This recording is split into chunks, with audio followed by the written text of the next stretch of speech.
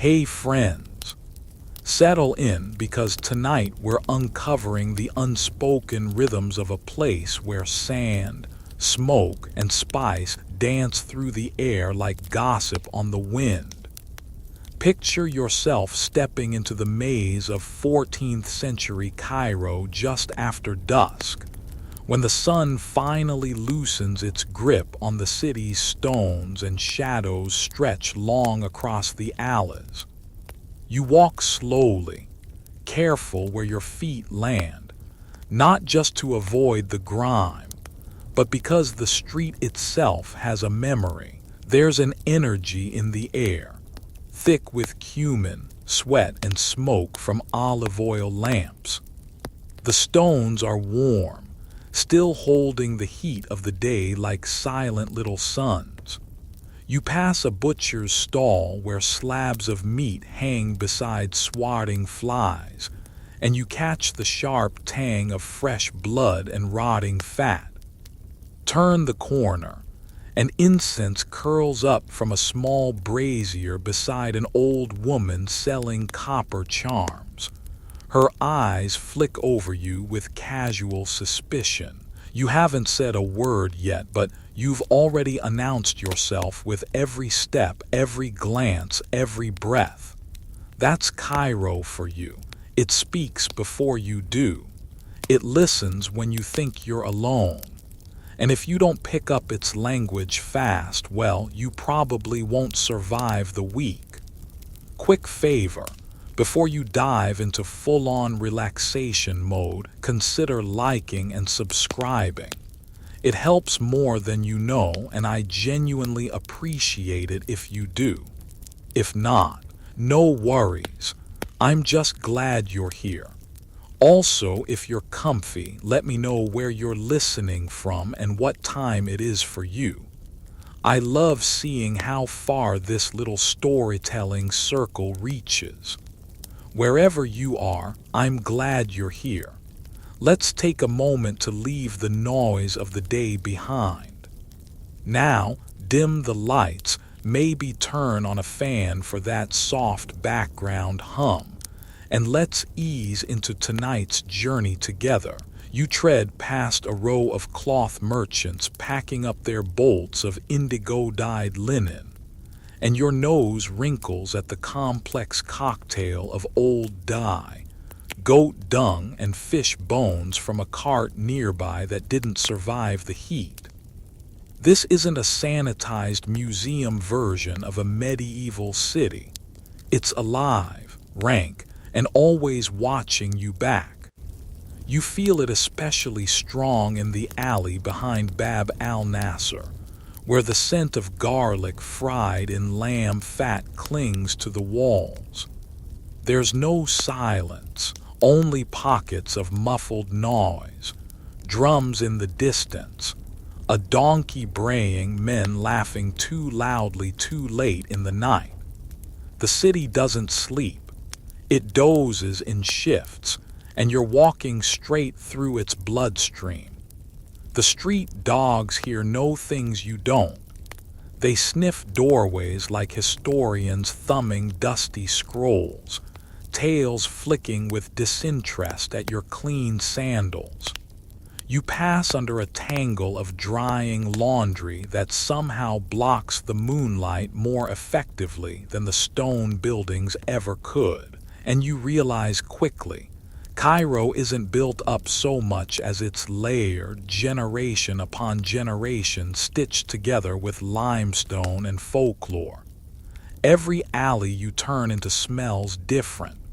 One whispers of perfume, ambergris and rose oil, hints of musk. The next hits you with fish brine and open sewage. These aren't just smells, they are stories. And they are warnings, too. If you smell mint, for example, you're near a tea stall, a good place to listen and not speak. If you smell tar, it means fresh repairs. If you smell both, you might be in a part of the city that burned down last week and is now back open for business. Historians still argue whether these backstreets were mapped deliberately or just grew like ivy from the city's core. But you get the feeling this place is less planned than possessed. You stop by a fig vendor's stall where the fruit oozes under its own weight. You want to ask the price, but someone bumps your shoulder as they pass and mutters something under their breath that sounds like both a threat and a prayer. You pretend not to notice. You glance up, and a little balcony juts overhead where someone, probably a boy, dangles a rope with a coin pouch tied to the end. Below, a woman squints and ties a parcel to the rope. It rises slowly. That's how business works here. The street has vertical layers, too. Deals go down between levels. You'll find more gossip passed via laundry lines and rooftop whispers than shouted across the road. Cairo doesn't just run on commerce. It runs on cleverness. And smells. Lots of smells. There's an almost absurd number of animals woven into the streetscape. You sidestep a limping cat with one ear who seems to be following you now, probably because you smelled like dates earlier. A donkey with mismatched eyes gives you a deeply judgmental glance as it hauls an overloaded cart full of papyrus scraps. The cart creaks with every turn, but no one looks up. You pass a line of boys throwing dried apricot pits at each other and betting on which one hits the sleeping water seller first. A grown man nearby ignores it all, sipping from a cup and holding a pigeon with one foot tied in string. The bird stares at you like it knows something it won't say. In the distance, you hear a slow clapping rhythm. Someone's pacing a horse, or maybe just keeping time for a private argument. Rhythm is everything here. It announces the mood. If you hear two quick claps followed by silence, walk the other way. If you hear laughter and a zither, you're close to a wedding or a scam, sometimes both. The scent changes again as you approach a hammam, steam rising from the stone vents. You hear splashing, and you briefly envy whoever is soaking in hot water instead of dodging mud and accusations. But then again, the hammam is no safe space either. People talk too much when they are naked and relaxed. You take a breath deep, tentative, confused, and that's when it hits you. The city has started to make room for you, just a little. You walk differently now. You dodge instinctively. You look with your head turned slightly to the side, just enough to see but not challenge. The scent of the street doesn't knock you back anymore. It welcomes you. Not kindly, but like a doorman who doesn't hate you yet. A fringe historical account written by a Mamluk court scribe claims that the city itself is sentient, growing bones from stone and thoughts from the footfalls of its people. It's absurd, obviously. But after just one evening, you start to believe it might be true. A beggar child trails behind you, singing a snatch of an old song about lions and lost sons. You feel the weight of eyes from behind a half-closed shutter. You don't know the rules yet, not really.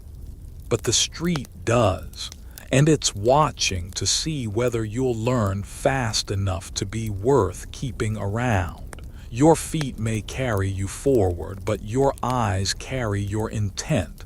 And in 14th century Cairo, intent is currency. The street doesn't forgive wandering gazes. Here, a look is not just a look. It's a declaration, a test, an accidental insult waiting to happen.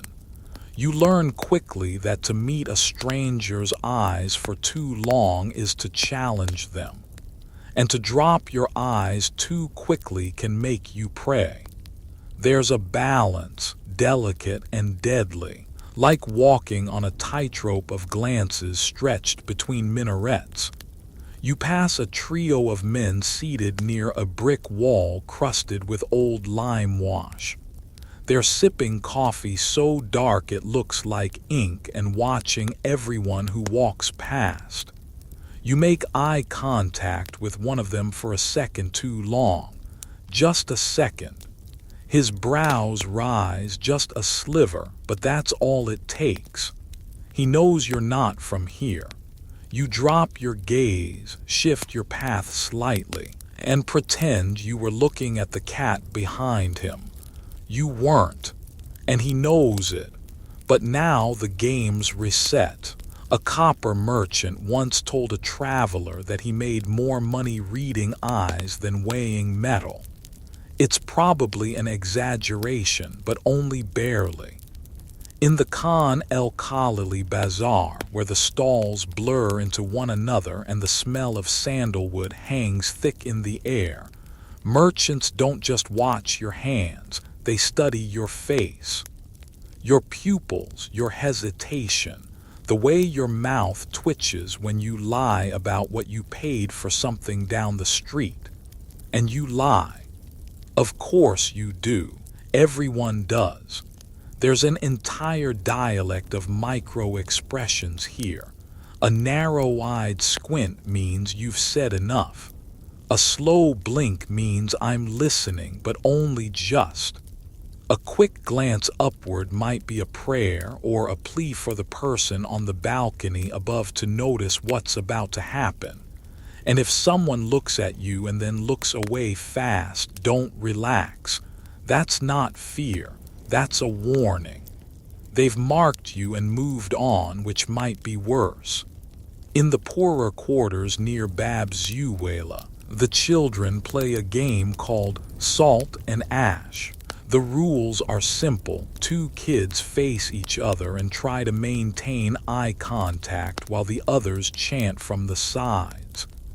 The first one to blink turns to ash, and the winner collects bits of salt from their friends as a prize. It's just a game, sure, but the city teaches its young early. The real prize isn't the salt, it's knowing how to win a stare without starting a fight, or sometimes how to start one deliberately. You walk past a young woman carrying a water jug balanced perfectly on her shoulder. She doesn't look at you, not even once, and that's exactly the point. Her gaze is lowered, measured, invisible without being weak. If she looked up, it would invite commentary. If she stared, it would invite scandal. So she gives the city what it wants: composure, modesty, invisibility cloaked in movement. Historians still argue whether this gaze discipline was born of Islamic legal codes, patriarchal habit, or something older and more street-bred. Something that comes from centuries of navigating narrow corridors lined with judging eyes. Even in the mosques, where one might expect peace, there's an etiquette of vision. You don't stare at the imam, even when he delivers a sermon with thunder in his voice. You don't let your eyes linger on the gold-inlaid mihrab, because too much awe can look like greed. You keep your gaze low, respectful, but never so low that it looks like you're ashamed.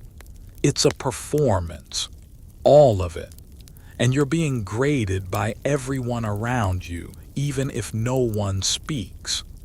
You're walking through a sunlit square now, one of the few open-air breaths in the city's lungs. There's a game of drafts happening beneath an awning made of stitched-together burlap sacks. The two players are older men, deeply creased, with robes that haven't been washed since last month's festival, but their eyes are crystal clear. They barely glance at the board. Most of the game happens in the pause between moves when one man lifts his gaze slowly and meets the other's eyes. Nothing is said aloud, but something shifts. A move is made, then the next. You stop to watch and feel it again, that thick silence where everything is happening invisibly. You don't stare. You just watch from the corner of your eye like Cairo teaches. Back near the Spice Quarter, a narrow corridor leads you past a wall etched with graffiti, some fresh, some faded to ghost marks. Among them is a crude drawing of a wide eye with lashes curling like flame. Locals say it's meant to ward off the evil eye, or maybe to attract it, or maybe just a child's joke gone immortal. Fringe folklorists believe certain alleys in Cairo were deliberately designed to funnel vision, creating long lines of sight where guards or gang lookouts could track everyone from one vantage point. There's little proof, but when you look down one of those alleys and see no one and still feel watched, you start to believe in fringe theories. As dusk deepens, torches and oil lamps flicker to life. The shadows grow longer. Faces become half-lit masks. You notice a boy leaning against a pillar, chewing on the end of a date twig. He watches people with lazy interest until someone looks back. Then his expression sharpens just slightly. He's not picking pockets tonight. He's picking marks. And you almost were one until you passed his test by not staring back too long. You can feel the adrenaline in your fingertips even though nothing happened. But something almost did. That's how it goes here. A brief note from the past slips into your mind. A 14th century traveler from Andalusia once wrote that the eyes of Cairo could speak, accuse, and forgive without ever opening the mouth. You didn't understand it when you read it in some old dusty book, but you do now. You've passed 100 conversations already today and not one of them used words.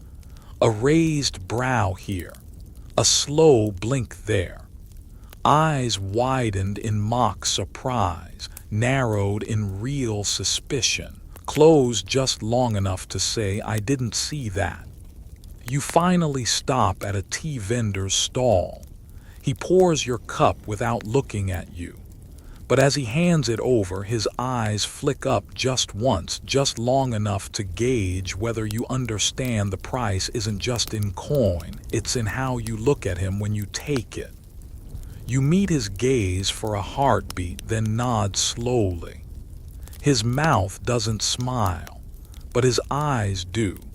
You sip your tea, still hot, still bitter, still perfect, and in the space between the steam and the shadows, you realize you're starting to see what Cairo sees.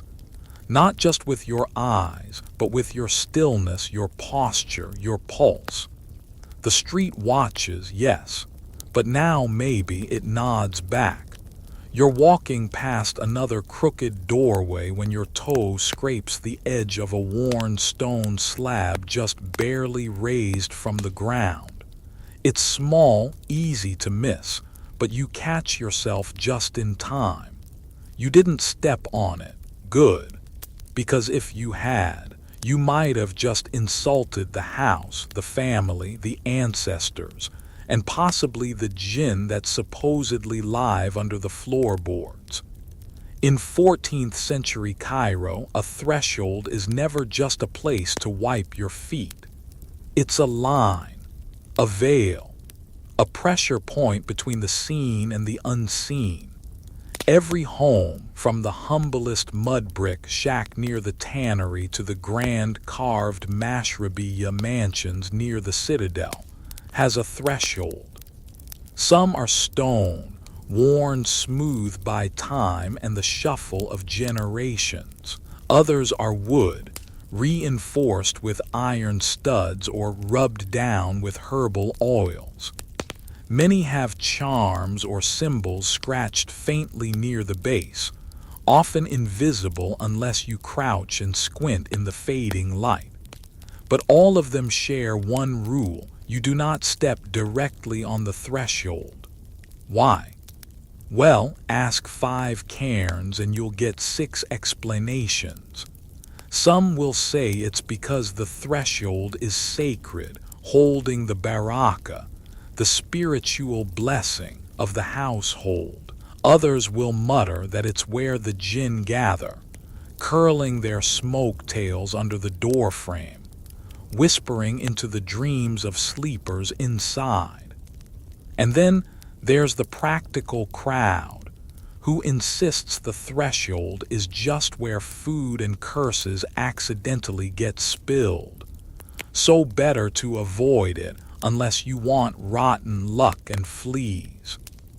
Historians still argue whether this taboo came from early Islamic teachings, pre-Islamic Egyptian folk beliefs, or just years of superstitions passed around like shared bread at dinner. You watch a boy, barefoot, grubby, humming an off-key tune, skip effortlessly across a row of doorways without touching a single threshold. He hops like it's a game, a rhythm baked into his muscle memory. One step here, a twist, a skip, perfect flow. He doesn't even look down anymore. That's how early this rule is drilled into the body. You try it yourself at the next house, stepping over the raised stone with a careful lift of the foot. No one's watching, but somehow you feel less clumsy for doing it right. It feels respectful and slightly magical. The woman sweeping her stoop notices. She pauses, arches an eyebrow, and gives the tiniest nod, barely perceptible, but it's there. She saw and she approved. That nod is worth more than anything you could buy in the market. It means you're learning. Outside of the public bathhouse near the Carafa district, you see a different version of the rule. There, the threshold is not just avoided, it's blessed. A young man sprinkles rose water across the stone before sweeping it clean with a bundle of date fronds. People step carefully, tiptoeing like dancers around the edge of it. One man touches his fingers to his lips, then taps the doorframe twice. You ask a tea seller nearby what that's about. He grins and says, "Old habits or old fears." Same thing in one part of the city, especially among the older Christian families. Thresholds are marked with tiny chalk crosses on feast days. It's a layer of protection, meant to keep misfortune from slipping in with the guests. Elsewhere, in the poorer Muslim quarters, people bury bits of iron or dried lizards beneath the doorstep to ward off the evil eye. One fringe tale says a blacksmith once cursed his cheating neighbor by forging a nail under the man's threshold while muttering psalms backwards. That house caught fire 3 nights later. Coincidence? Maybe. But now, no one argues when someone mutters before entering a house. You duck under a carved lintel into a spice shop whose interior smells like the afterlife. If the afterlife is made of cardamom, clove, and dust. The shopkeeper, an old man with a patchy beard and fingers stained saffron gold, doesn't speak until you've properly stepped over the threshold and not on it. You feel his eyes measure your step. When you clear it cleanly, he nods and finally waves you in. The message is clear.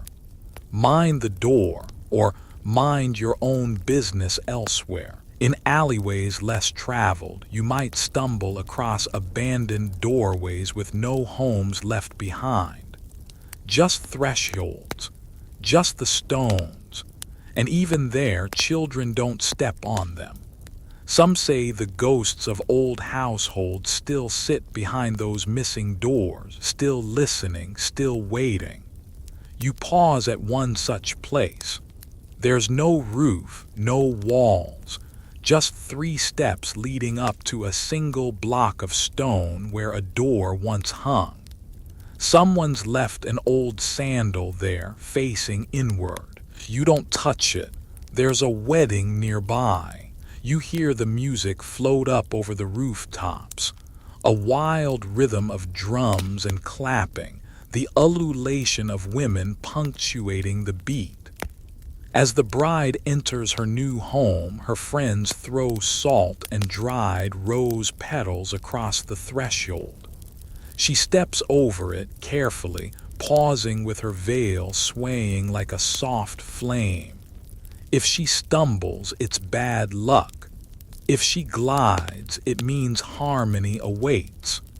The doorway watches, just like the crowd. And then there are the stories no one tells tourists. Like the one about the butcher who insulted his neighbor by dragging a carcass across her threshold during an argument. She was widowed within a week, and her chickens stopped laying eggs. Or the merchant who refused to cross a particular doorstep because he swore he heard it whisper his name when no one else was near. Fringe scholars once noted that in early Mamluk texts, the word for threshold shares etymological roots with limit and trial in both Arabic and older Coptic. It's the test you don't know you're taking until you fail it.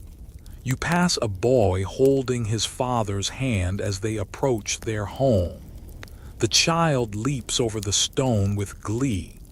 The father pauses, whispers something, maybe a prayer, maybe just muscle memory, and steps gently over the threshold. Then he looks back and sees you watching. He smiles, nods, and gestures as if to say, "You get it now." Not bad for a newcomer. You turn a corner, the scent of fresh bread reaching you just as a cat darts under a doorway. Even the cat doesn't touch the threshold. Maybe that's the oldest rule of all. Don't cross where spirits rest. Don't trample what you don't understand. You're not just walking Cairo's streets anymore. You're tiptoeing through its rituals. And the ground beneath you is less stable than it looks. Your feet make small clouds with every step, little puffs of Cairo's soft history rising to meet the air.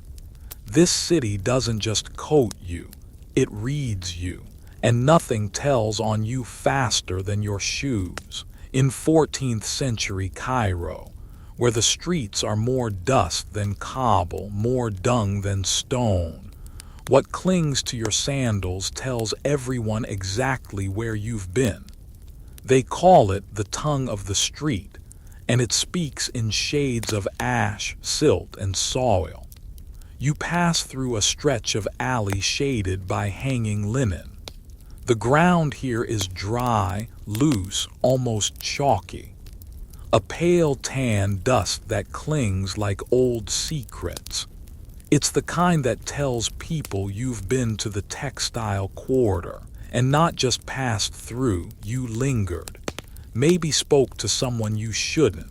Maybe bought something without haggling properly. One glance at the hem of your robe and the street knows it all. A tiny shopkeeper tuts under her breath as you pass, not to insult you, just to note the story your shoes are telling. The donkey droppings 2 turns back left a smear across your left sole. You scrape it on a stone curb without stopping, trying to be casual. Doesn't matter. A beggar boy watches you from his crouch by the gate post. He clocks the gesture, the flick of the foot, the discoloration. He probably knows what you ate for breakfast based on your walk and what stuck to your heel. He mutters something to his friend and they both snort with laughter. You've just been silently roasted by 2 barefoot 10-year-olds. Shoes here aren't just protection. They are signal flares. A merchant's sandals are oiled and reinforced at the sides, thick enough to endure half a day of back-and-forth bargaining and spilled molasses. A camel drivers are stained dark near the toes from stepping in brine and camel spit. A scholar's, if he wears them at all, are dusted with the pale ash of courtyard lecture halls. Cleaner dirt somehow, more dignified. And then there are the runners, the message bearers who flash between neighborhoods like streaks of rumor.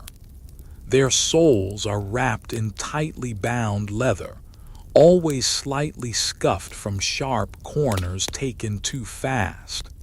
If one of them nods at you, it's rarely good news. The grime on your shoes acts like a signature. It's not just where you walked, it's how fast, how long, and whether you were welcomed when you got there. Historians still argue whether the street's obsession with footprints began as a survival skill or a social code. Probably both. When everything important happens out in the open, bargains, betrayals, prayers, you learn to scan every surface for what it says.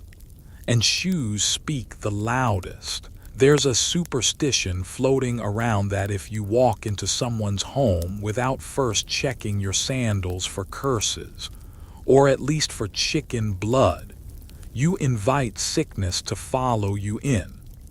Not just colds or rashes, but the creeping kind, the kind that seeps into family luck and makes all your lentils come out bitter. So, before you visit anyone's home, you pause at the doorstep, without stepping on it obviously. Tap your sandals together 3 times, and mutter a little rhyme under your breath. You don't know what it means. Doesn't matter. The shoes know. You pass a stall selling second-hand slippers. They're hung like drying fish, looped on twine and swaying in the breeze. A woman with sharp eyes and sharper elbows is bargaining fiercely over a pair with thick soles. The seller insists they belong to a local imam. She squints and sniffs, literally sniffs at the sole. "These walked through pig markets," she says flatly. "The deal is off." You pretend not to laugh, but inside, you marvel. Even the resale value of shoes here is tied to the dust they carry. In the mosque courtyards, rows of shoes sit neatly outside the prayer halls, or not so neatly, depending on the hour. You spot a little boy playing guess the job by pointing at a shoe and trying to name its owner's profession. He gets 4 right in a row: merchant, scribe, water seller, baker. He guesses wrong on the 5th and gets a playful cuff from the man who owns them. But the fact remains: if your shoes don't match your story, people notice. And sometimes people ask questions. One scholar once wrote, half seriously, that Cairo's streets should be read like papyrus scrolls, with shoes as the ink and dust as the syntax. Fringe scholars love that quote. It gets repeated in every esoteric blog or dramatized documentary. But the truth, you don't need a scholar to tell you that grit reveals things paper never could. Cairo is a walking archive, and you're leaving annotations with every step. You dip your sandal in a public fountain, a basin meant for animals, but the water's clear enough. You rinse one foot, then the other, not for cleanliness, for camouflage. The wet patches blend the newer dust with the old, smooth the patterns, blur the betrayals. It's a trick someone told you in the spice market.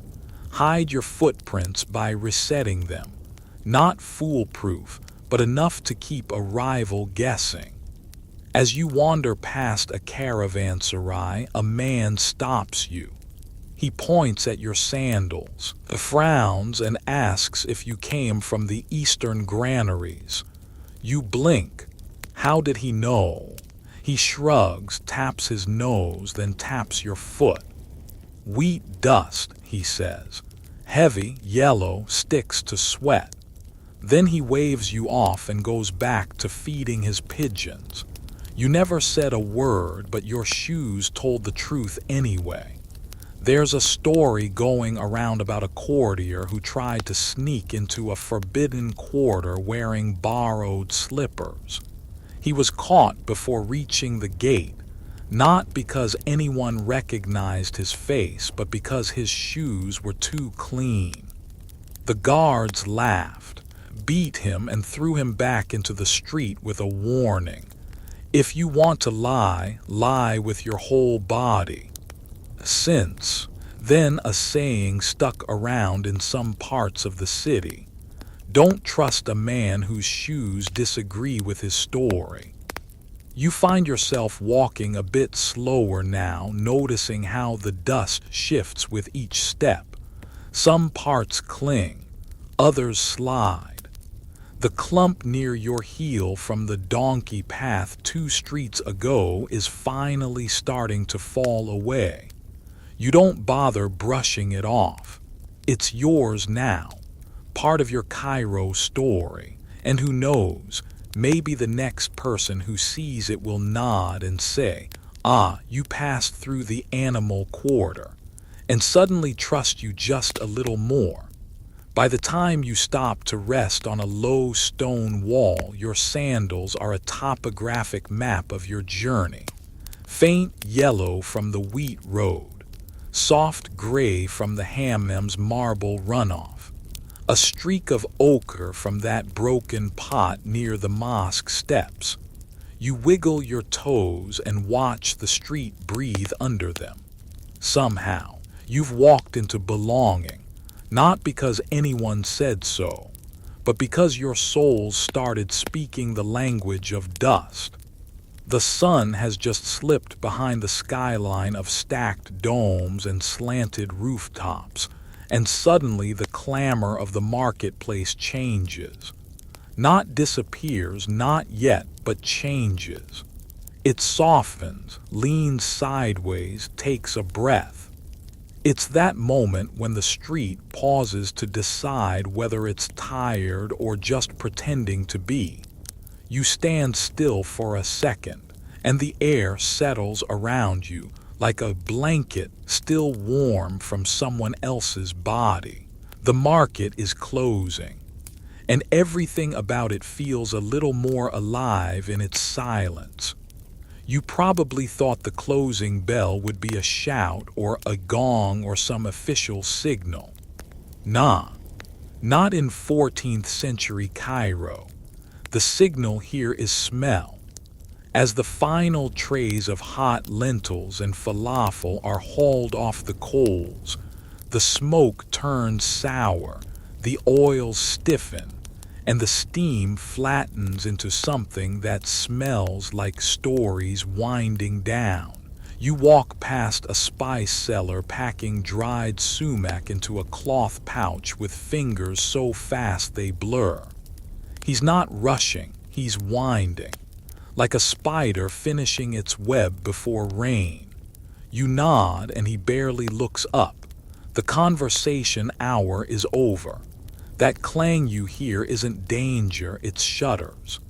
Metal hooks slipping into place, wooden slats groaning as they fold down across windows that screamed all day in color. Now they go dark. With each shutter, a merchant disappears. Their voices vanish like chalk under water. Some of them murmur closing prayers, short, specific, and oddly touching. One man kisses the lintel of his stall 3 times, eyes closed.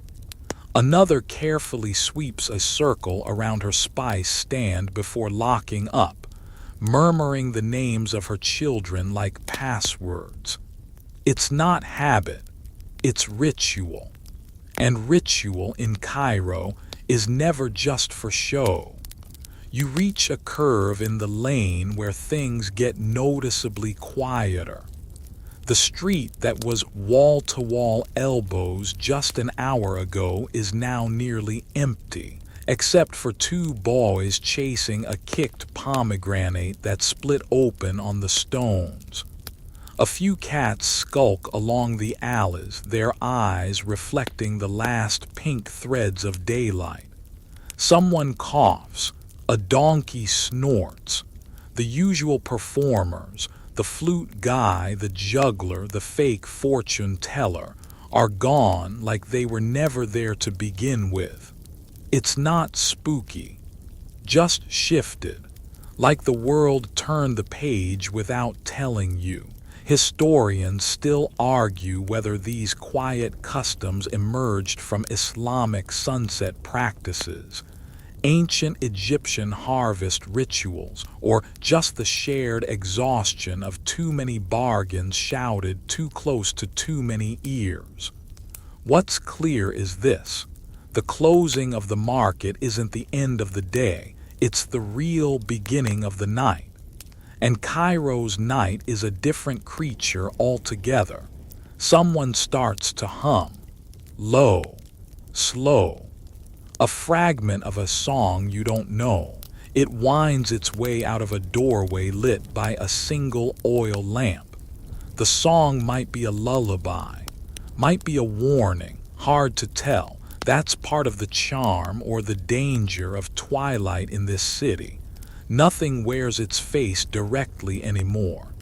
You pass a date vendor scooping up fallen fruit with practiced grace. He doesn't toss them. He stacks them in a wooden crate, wraps the top with muslin, and whispers something over the cloth.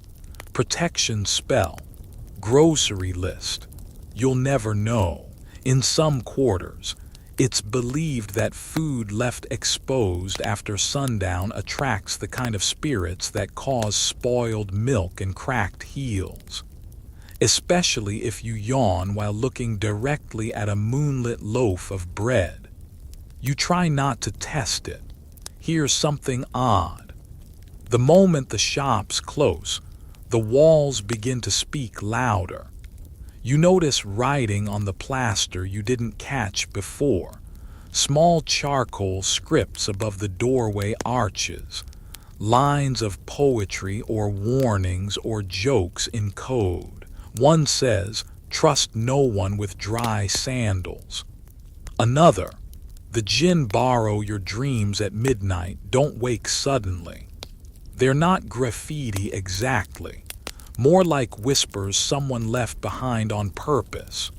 You wonder who writes them. You wonder if they are watching you read. A tiny side alley opens to your left, still pulsing with flickering light. You edge closer and find one lone coffee seller, boiling a kettle on a metal brazier as 3 men sit cross-legged, playing some kind of tile game that sounds like bones clinking. No one looks up, but they know you're there. You smell the burnt cardamom and old tobacco. This, apparently, is the part of the night where you watch instead of ask. The man stirs the kettle, nods toward a seat, then points at your feet. You step carefully around the threshold. You're learning. There's a story that only gets told after market hours about a thief who tried to rob a spice cellar right as he was closing up. The man didn't scream or run. He just blew dried saffron into the thief's eyes and cursed him to dream in reverse for the rest of his life. No one knows what that means, but apparently the man now speaks backward when he sleeps. People say they can hear it through the walls. Some fringe scholars think this story is code for a deeper moral. Never interrupt someone mid-ritual, especially not in Cairo.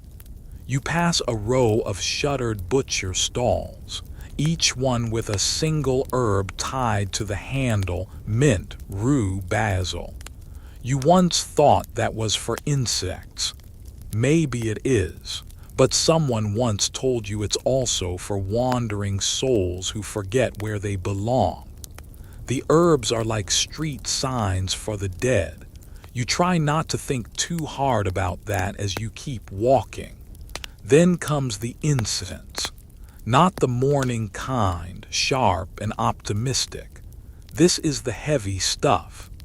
Amber, myrrh, oud resin burned down to almost nothing, curling through the air like old songs trying to remember their melody. You smell it before you see it, and when you do, it's coming from a doorway that wasn't there this morning, lit by a single flame flickering inside a cut-out lamp shaped like a tulip. You pause, but you don't enter. You've learned at least that much. By now, the last voices have faded. Even the cats are quieter. You catch your reflection in a dark window and barely recognize yourself. You look like someone who belongs here now, or at least someone who stopped being surprised by anything. A group of night workers passes you silently. One woman glances at your shoes, the folds of your robe, the soot on your sleeves. She nods. You passed. You're part of the evening now. So you find a step worn smooth by centuries of tired feet and you sit, not to rest exactly, but to listen. And the silence that follows isn't empty.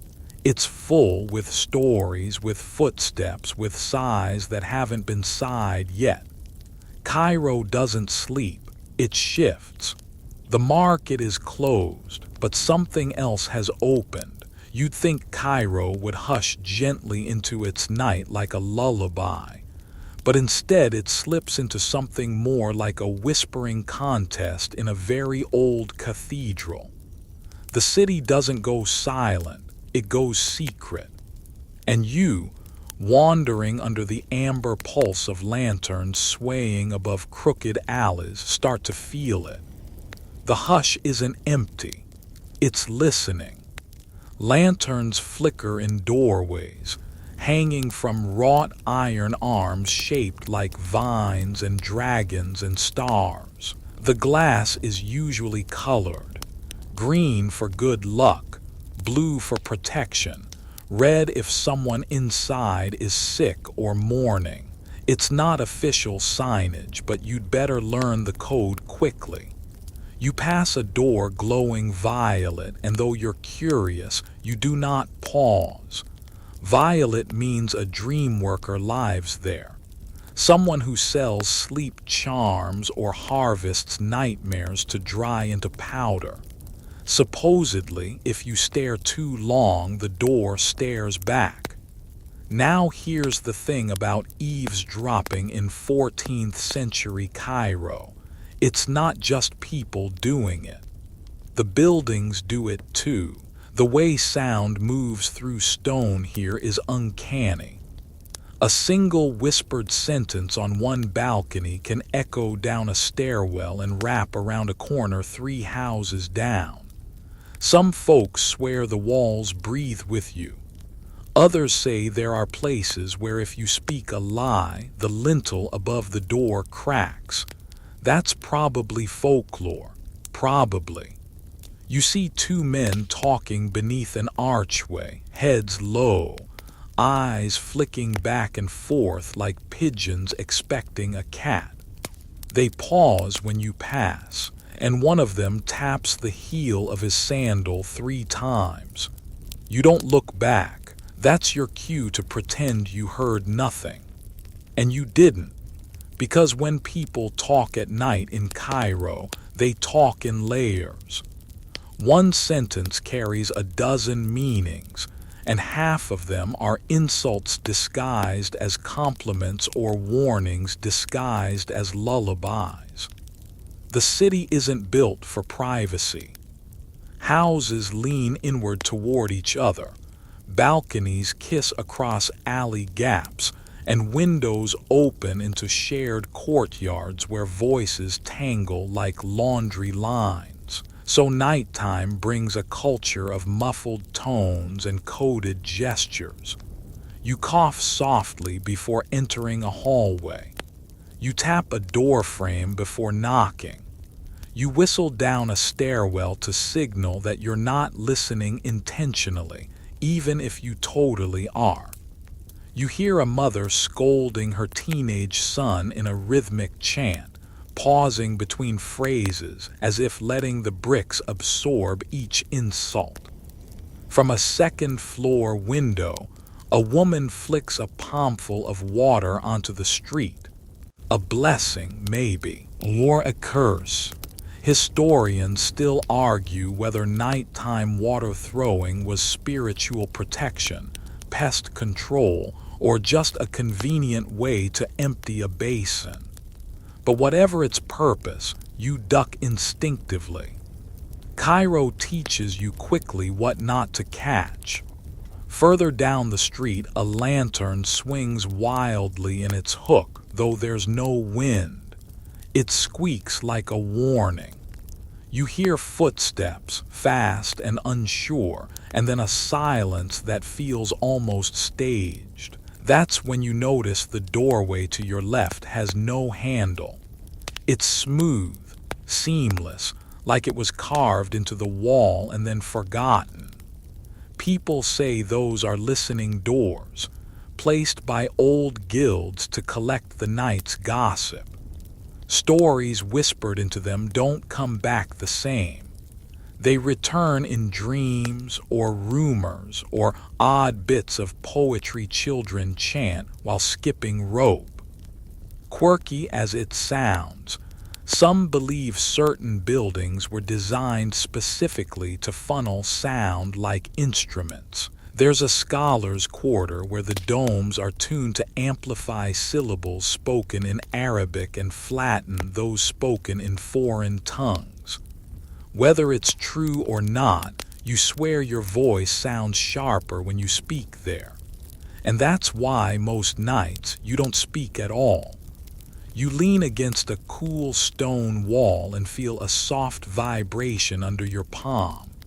Not like an earthquake, more like a heartbeat, or a memory passing through. A man once told you, after too much date wine, that the walls remember arguments, that if you press your ear to the right crack, you can hear apologies from centuries ago. You tried it once just for fun, and swore you heard someone whisper your name. You haven't tried again. There's a courtyard up ahead where only a single lamp glows, casting a long oval of light over an old stone fountain. The water doesn't move. It's said that at night this particular fountain listens. People come here not to speak but to unspeak, to think about the things they wish they hadn't said that day and let the silence carry them away. You step quietly through the arch and sit on the edge, eyes on the still surface. You breathe in, then out, and the city exhales with you. You remember now that there's a rule about whistling after dark. Superstition says it calls the Afarit, mischievous spirits that trade secrets for bad luck. You heard a boy do it once just to test it. The next day all his socks vanished, his left sandal melted, and his sister stopped speaking in vowels. Coincidence? Maybe, but you still don't whistle. Somewhere close, someone is reciting a tale, voice so low it might be mistaken for wind.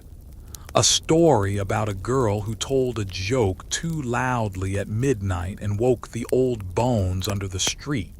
It's just a story, right? But here's the thing. In Cairo, the line between story and spell is paper thin. You don't laugh too loud at night. You don't cry too obviously. You let your emotions wear slippers. You pass under a latticework window where candlelight dances behind wood. The mashrabiyah screens there aren't just for shade. They're for watching without being seen. Gossip here travels on smoke trails and bread deliveries. If someone knows your business, it's not because they asked. It's because the walls breathed it out and someone listened just close enough. There's a boy playing an oud on a low rooftop. The notes drift down like falling feathers. Music is allowed, but only if it doesn't ask for attention. If you play to be heard, the city turns cold on you. But if you play for the darkness itself, you might be rewarded. One woman swears her dying grandmother's eyes opened for 5 seconds when she heard a flute she'd loved as a child echo through the courtyard. She smiled, exhaled, and vanished. True or not, it's a nice story. You hold it gently like a warm fig. You find your way to a narrow path between two homes built so closely they seem to lean into each other for warmth. There's barely enough room for your shoulders. It's called the Passage of Regrets, and though that's not its real name, everyone calls it that anyway. Supposedly, if you walk through it after dark, you remember something you wish you'd done differently. You try it, and yep, something flickers, something small and quiet and real. When you emerge, Cairo is quieter still, but that doesn't mean it's sleeping. It's waiting. The city at night is a cathedral without clergy, a place where every whisper carries weight and every wall has its own confessional. You move slower now, softer, your voice tucked into your sleeve. You're learning to let the silence speak first. And when you finally whisper something out loud, just to see if the night will carry it away, you notice the lamp above you flare slightly, just once, like it heard you and nodded. You don't need to speak in 14th century Cairo to say what you mean. In fact, it's usually better if you don't. In a city where ears are everywhere and walls never sleep, language becomes choreography. Your posture is your paragraph, your eyes, your punctuation. A twitch of your jaw might be a threat, and a lifted eyebrow might mean follow me quietly. You learn quickly that words are clumsy things here. Too heavy, too obvious, too easily twisted. But a glance, a shoulder dip, a hand brushing twice over a cloth pouch, those are as loud as shouting, just much safer, especially in the souks where the air is thick with spice smoke and traders talk with their hands more than their tongues. You catch a man flash 3 fingers behind his back and then press them to his lips. He's not sneezing. He's warning someone. 3 guards nearby, keep your mouth shut.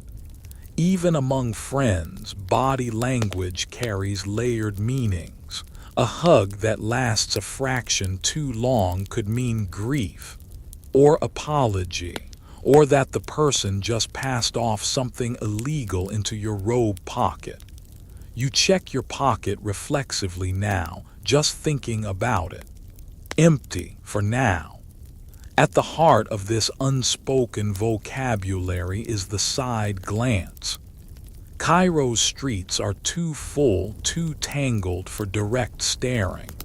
A bold stare might be taken as a challenge or an invitation, neither of which you're prepared to offer tonight. So instead, people glance sideways, using the corners of their eyes like polished mirrors. You walk past a merchant whose arms are folded just slightly higher than comfort requires. He's suspicious. Of you. Of someone behind you. Either way, you adjust your pace. You pass a girl in a lemon-colored shawl who never looks directly at you, but when she crosses the street, she lets her right foot drag for half a second. It's a signal. Someone's watching her. You glance up and spot a man leaning on a cane, eyes sharp despite his feigned disinterest. You wonder if the lemon girl is the lookout or the watched. Doesn't matter. You keep walking. Historians still argue whether this layered gestural language evolved from ancient trade etiquette, Sufi mysticism, or just practical paranoia. One thing is clear. By nightfall, everyone in Cairo becomes a part-time mime and a full-time spy. There are whole neighborhoods where people are said to communicate entire arguments without a single word. An old woman once told you that her parents divorced through gestures during a week-long silence. 7 days of bitter bread slicing and window slamming, all decoded by nosy neighbors with binocular-level eyesight. And when it was done, they passed each other in the street and tilted their chins away. The final punctuation. Quirky fact incoming. There's a known signal among Cairo's butchers where a sideways flick of the wrist with the palm facing up means, "I have extra liver if you're feeling lucky." Liver was considered a delicacy and sometimes carried, let's say, medicinal reputation, particularly in certain love potion circles. You see a man make the gesture to a customer and get a very slow nod in return. The nod has a half smile baked into it, an entirely different signal, meaning, "I know what this is. Don't make it weird." In the crowded alleys near the mosques, where worshippers blur with merchants and pickpockets dance between them, you begin to understand how efficient this whole system really is. A pair of teenage boys communicate 4 full thoughts with just shoulder bumps, eyebrow lifts, and a shared glance at a fig cart. You try to decode it, fail spectacularly, and decide it's probably better not to get involved. At one point, you try mimicking what you think is a polite hand signal to let a vendor know you're just browsing. Instead, he smiles, bows, and promptly gives you a small bag of peppercorns on the house. You have no idea what you just agreed to, so you nod vaguely, mutter thanks, and walk away before you accidentally end up married to someone's cousin. Cairo teaches you that observation is survival. Watch how long someone keeps eye contact with a lantern flame while talking to you, That's how you tell if they are lying. If someone laughs but their fingers flex tightly in their sleeves, they are masking tension. And if someone stops walking right as the call to prayer begins, then keeps walking after the first note, they are nervous about who might be watching their devotion, or lack of it. You start keeping track of your own body, the way you hold your arms, the rhythm of your stride. You adjust your habits so you don't accidentally send signals you don't mean. You avoid clenching your jaw when you think.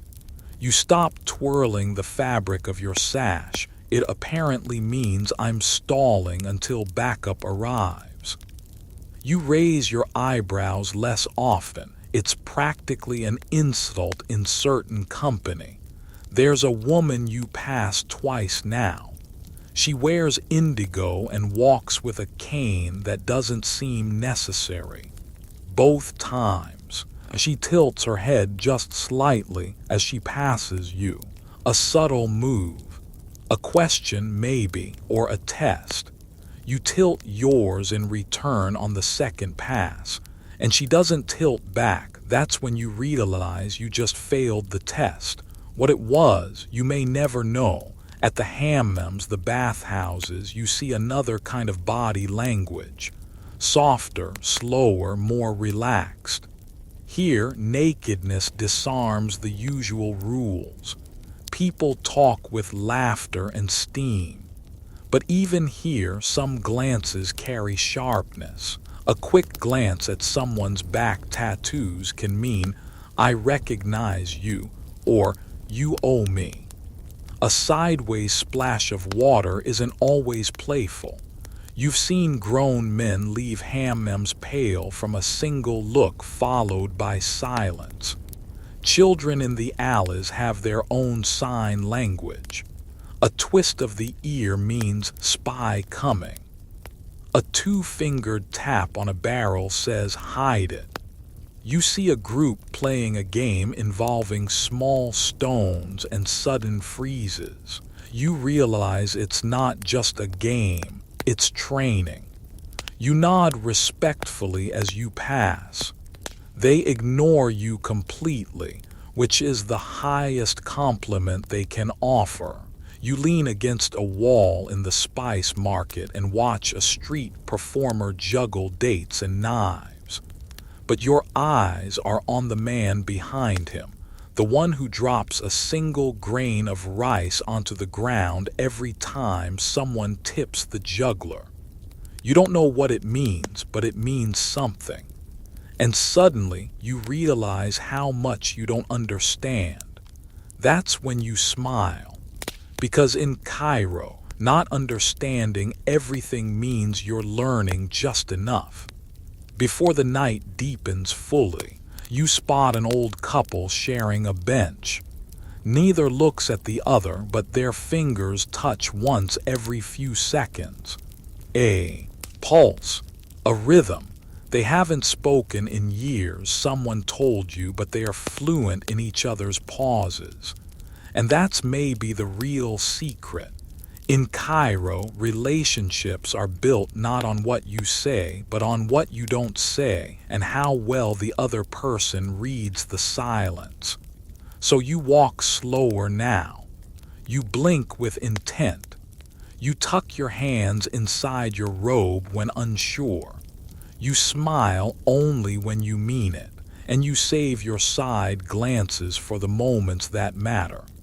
Because here, every glance is a paragraph, every motion a metaphor, and tonight, Cairo reads you back. It's tempting to think of silence as peace, a break, a gift to a tired body after hours of weaving through noise, scent, and dust. But in 14th century Cairo, silence isn't restful, it's a warning.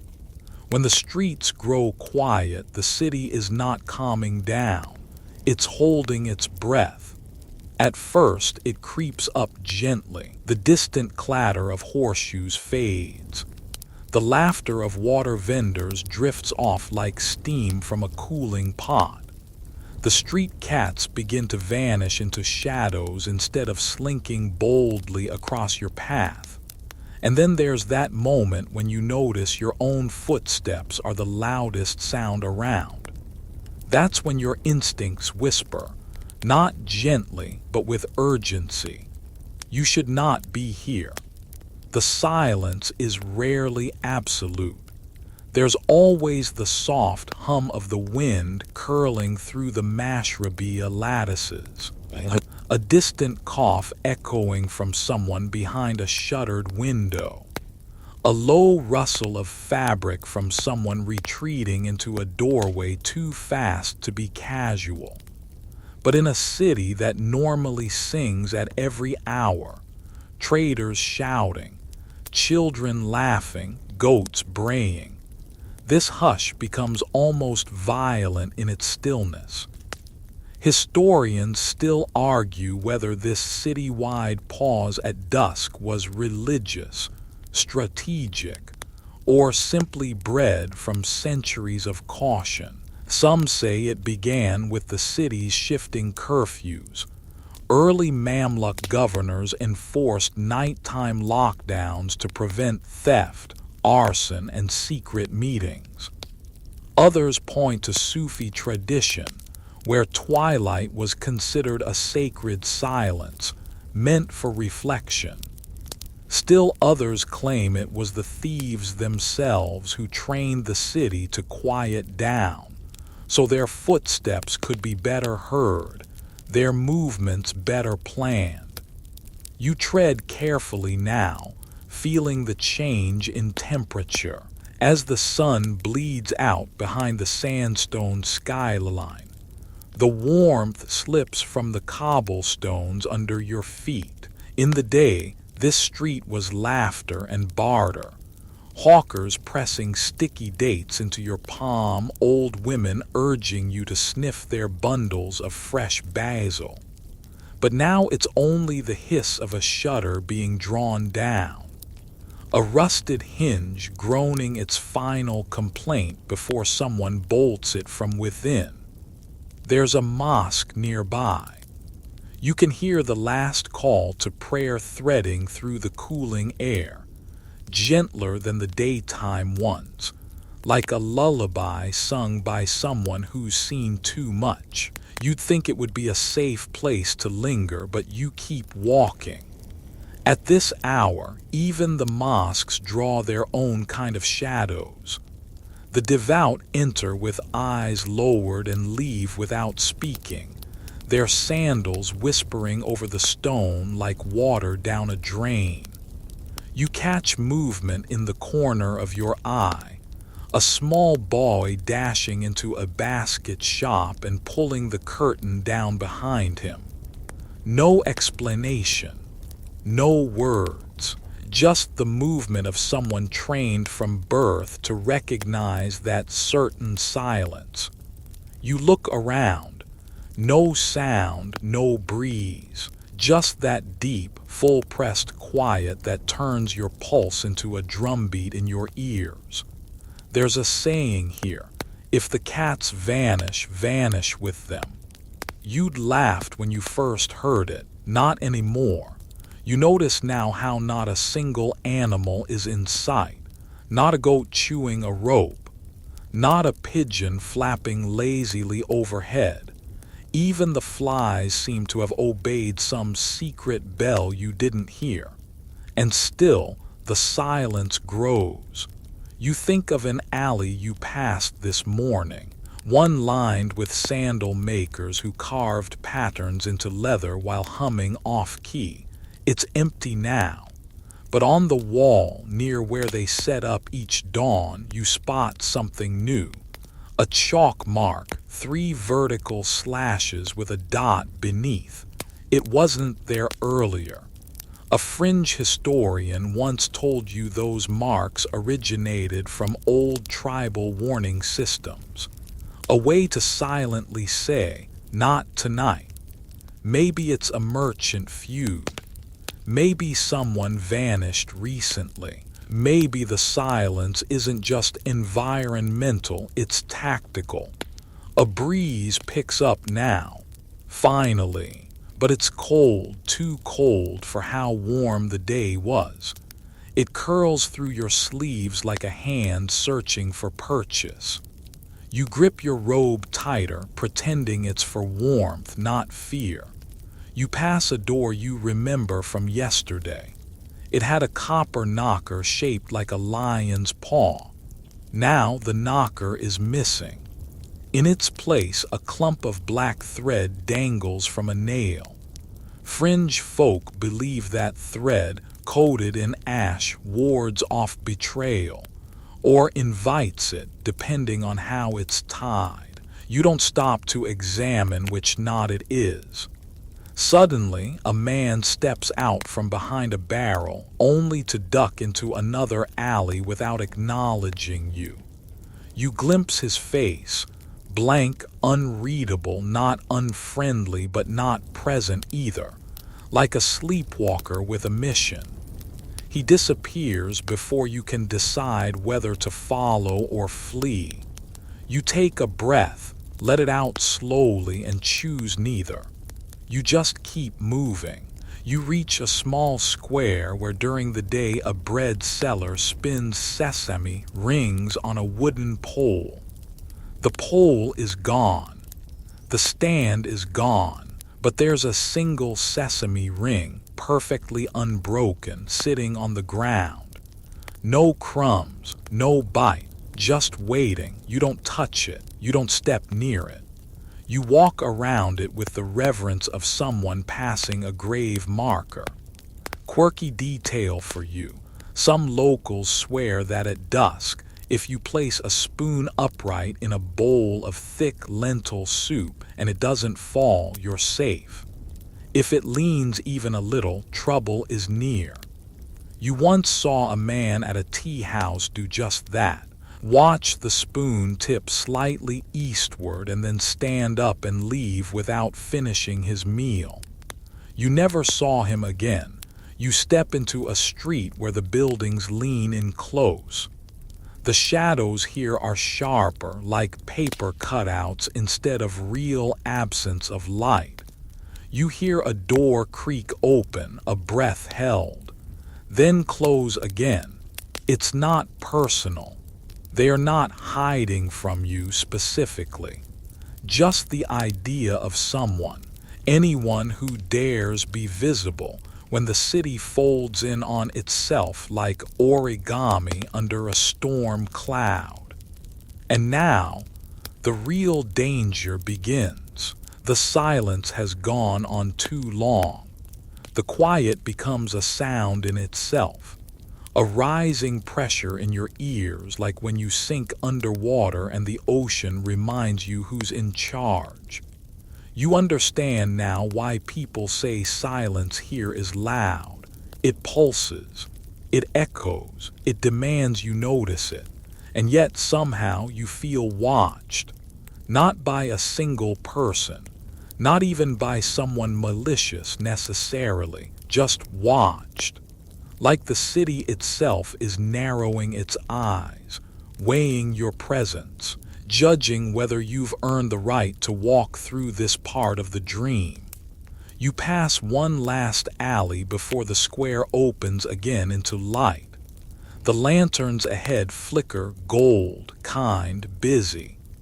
The sounds of music, laughter, water being poured over copper trays reach your ears like oxygen after drowning. But before you reach that corner, you pause. You look back once.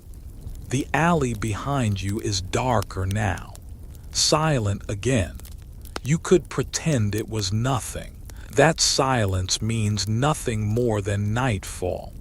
But you won't. Because you've learned. In Cairo, silence is never empty. It's just waiting to be translated. There's no such thing as neutral air in 14th century Cairo. You breathe in and something hits you. A clove-heavy perfume, sour meat, a sharp slap of donkey sweat, incense smoke curling like silk through your nostrils. The city smells like it remembers everything. And if you know what to sniff for, it'll tell you stories, secrets, and sometimes, when you're unlucky, warnings that come too late.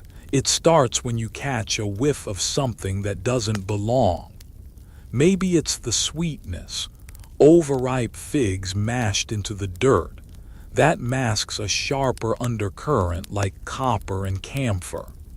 Or the odd time you walk by a quiet alley and the air smells like saffron but no one's selling spices. Scents here are not just passive background, they are active signals. Warnings, invitations, distractions, and sometimes outright weapons. You pass a perfumer's stall in the heart of Babzuela, and the air goes thick with rosewater and oud, the kind of scent that clings to your clothes like a desperate story. The vendor grins, hands stained dark with musk, and waves a little fan over trays of resin and bark. But you don't lean in too close, because in Cairo, even a compliment about someone's scent could be taken the wrong way. Etiquette here is an unspoken choreography. Praise the perfume, not the wearer. Never say someone smells too strong, unless you're looking to be insulted back in verse, or worse, hexed. You learn quickly that what smells nice might not be safe. Some merchants, especially those moving things they shouldn't, burn a combination of myrrh and bitumen to cover the scent of rot or blood. Historians still argue whether the famous spice riots of 1368 were sparked by a shipment of spoiled cloves, or by the perfume guilds fighting for scent dominance. What's agreed on is that someone tried to mask a plague-infested cargo with enough lavender oil to drown a goat, and the result wasn't poetic. It was fatal. You pass through a butcher's lane and get hit with the sour punch of blood, fat, and something metallic that sticks to your tongue like a secret. You swallow, keep walking. A blind beggar with a golden bell walks past you. His robe smells like jasmine and pine tar. A strange combination. Maybe a Sufi, maybe an apothecary in disguise. You don't ask. You just clock the scent for future use. You're learning, after all. Smells are breadcrumbs, and each one is a step on a trail leading either to safety or trouble. There's a belief here, fringe but persistent, that if you smell nutmeg and can't locate the source, someone has cursed you. More specifically, that the nutmeg binds your fate for the day. You'll trip, lose something valuable, or say the wrong thing to the wrong person. So when you get a sharp trace of it near the spice square, you freeze. No spice cart nearby. No vendor.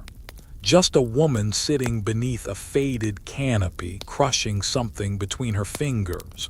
She doesn't look up and you don't ask. You back away slowly and the scent fades. Even the scholars at Al-Azhar University dab their scrolls with certain oils. A treatise on astronomy might smell of frankincense, while one on ethics carries the faint scent of lemon balm.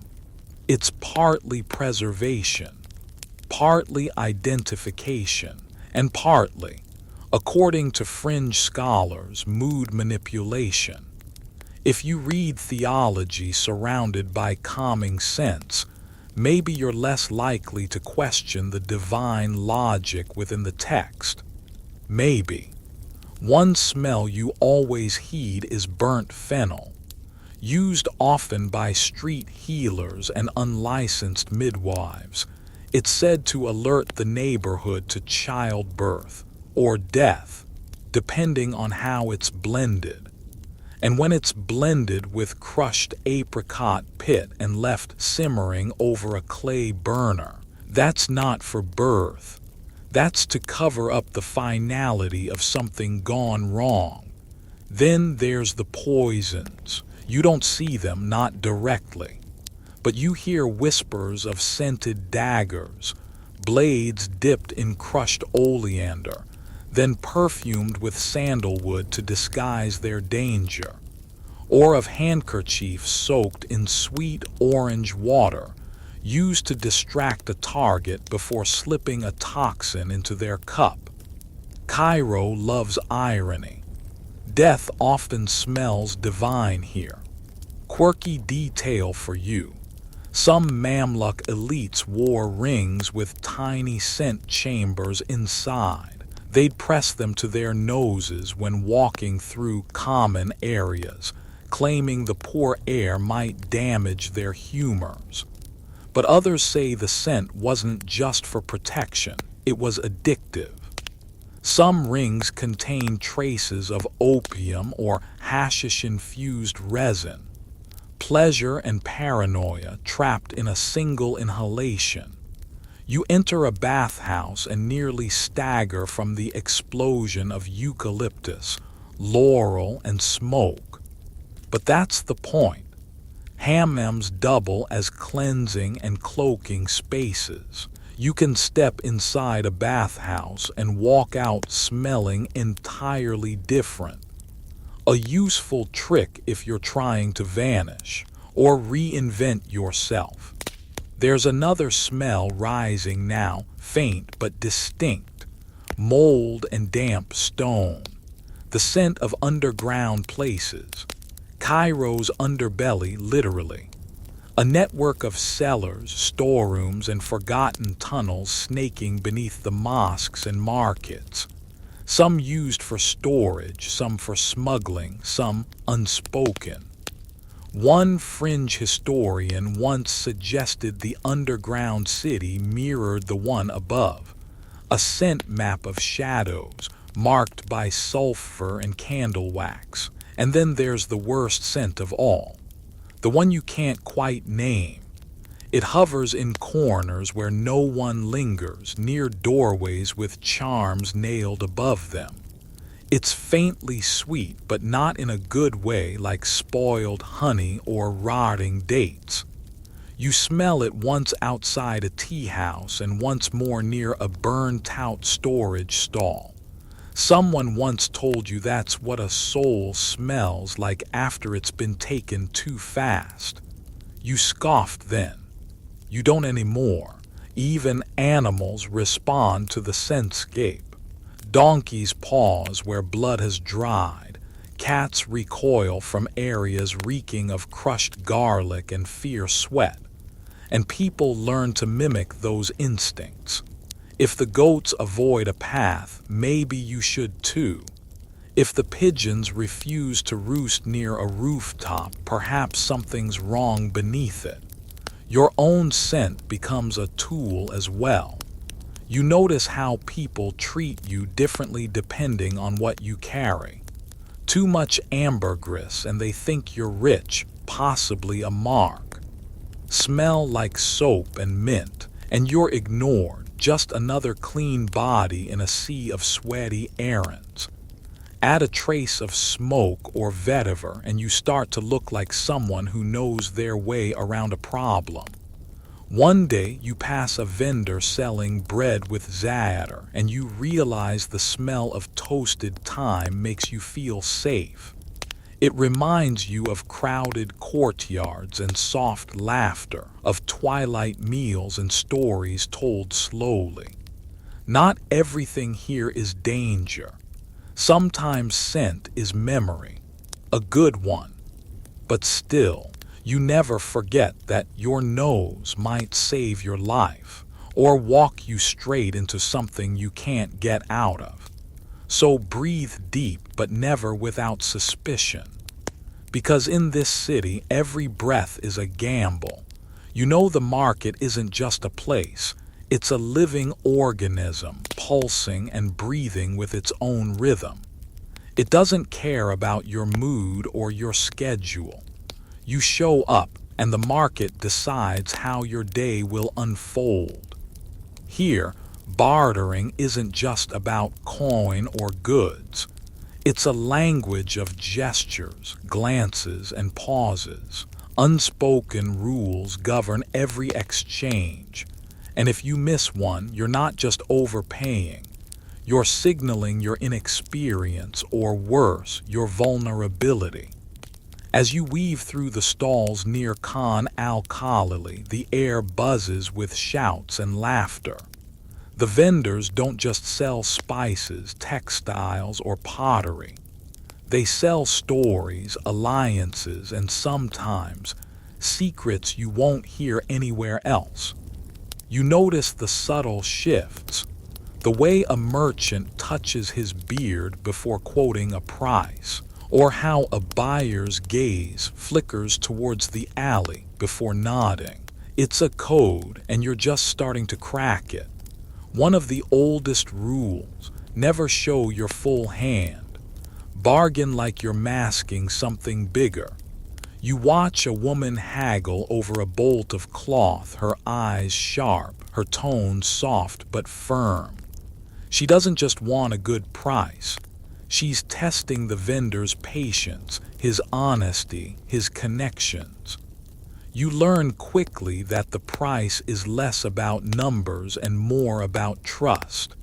And trust in this market is currency heavier than gold. A curious fact: traders here often mark goods with tiny chalk symbols or knotted threads, codes that tell the initiated if a batch is fresh, cursed, or already sold twice over.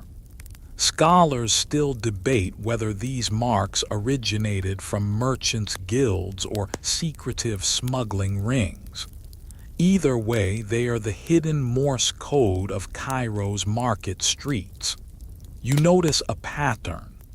The louder the vendor's voice, the less likely his goods are worth the price. The quietest ones often hold the best treasures.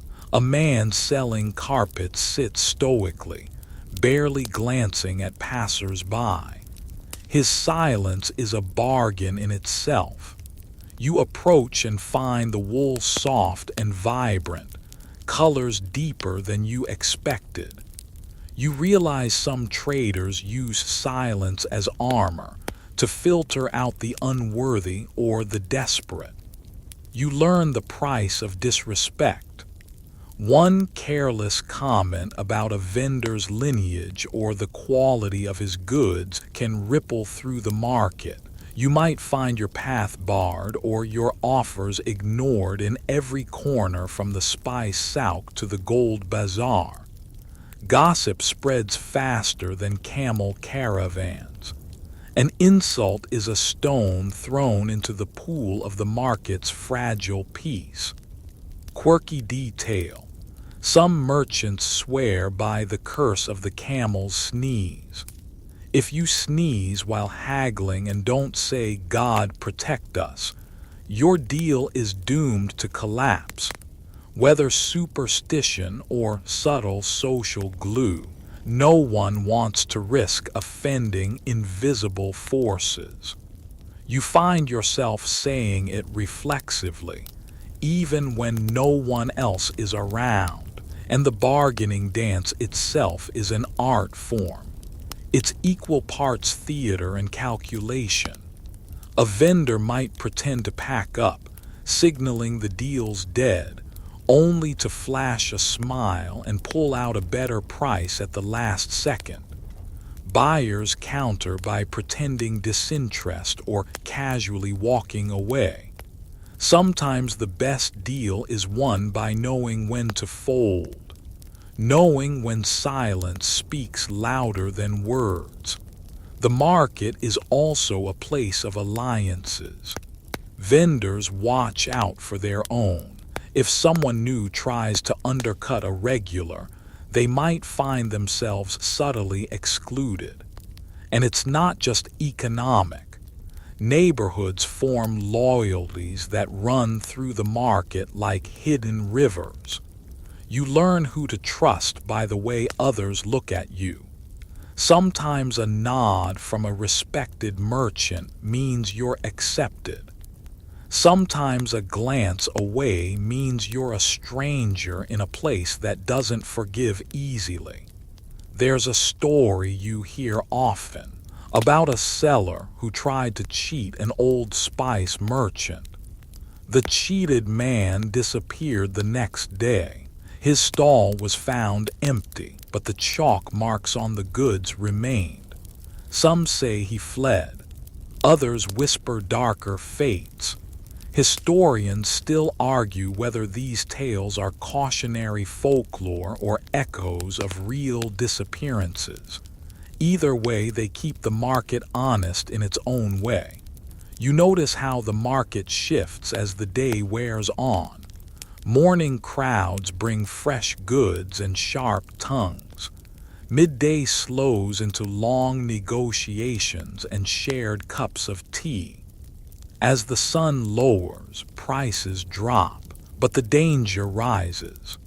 Thieves know that distracted buyers make easy targets, and the market's hidden alleys fill with shadowy figures who prefer their trades silent and unseen. You pass a stall selling falcons and notice a subtle exchange of folded papers behind a screen of hanging fabrics. Traders often use the market to trade more than goods. Letters, favors, even stolen information flow beneath the noise. You realize the market is as much a hub of espionage as it is commerce. It's a game where every player wears a mask, and the currency is more than just silver. The market smells shift too. The sweet jasmine of flower vendors mixes with the sharp tang of metal workers. You feel the grit of dust in your throat and the heat of the sun on your skin. The sounds crash around you, hammering, shouting, bargaining. It's chaotic, but it's home. And like any home, it demands respect. So you learn to move carefully, listen closely, and bargain wisely. Because in the market, every word counts, every gesture is a message, and the shadows are always trading just out of sight. You push through the crowded streets, eyes flicking like a hawk's over faces packed shoulder to shoulder. Every face here is a page in a complicated book written in expressions, gestures, and finely tuned signals. You don't just look to see, you read. And in 14th century Cairo, what you read can save your skin or get you invited into a circle you never expected. Status is worn on the body like a second skin. It's in the way a man's turban is wrapped tight or loose, in the trim of a woman's veil and the shine of a leather sandal. You spot a merchant from the Spice Guild by the tiny emblem sewn discreetly on his sash, a hand holding a stalk of saffron. A craftsman from the Tanners Guild wears a ring shaped like a hoof.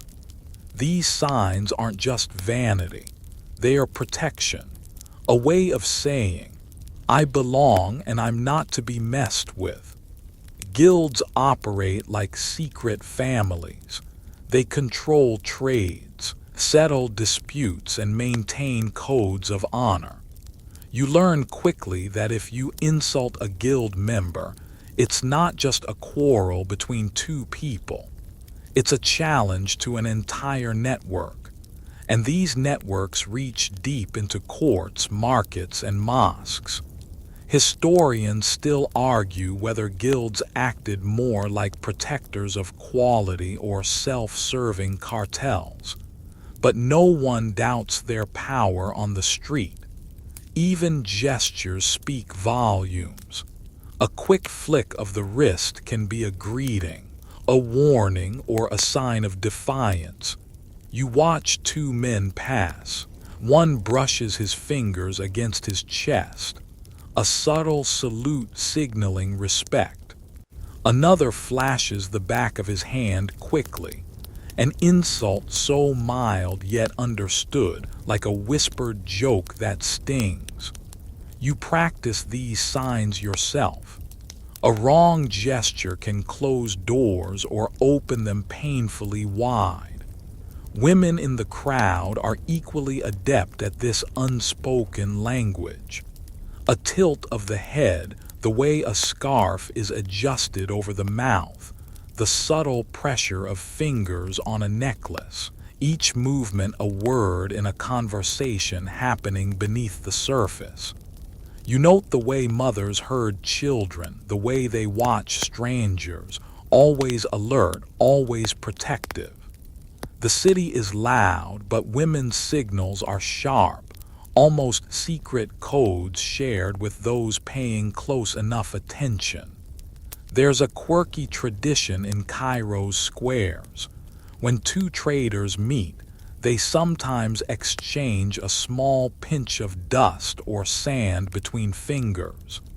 It's a symbol of trust, a way of saying, "I stand firm even when the ground shakes." Historians still debate whether this comes from ancient desert customs or a later invention by the Mamluk elites. Either way, it adds a poetic flavor to business. You see a group of apprentices from different guilds gathered near the fountain.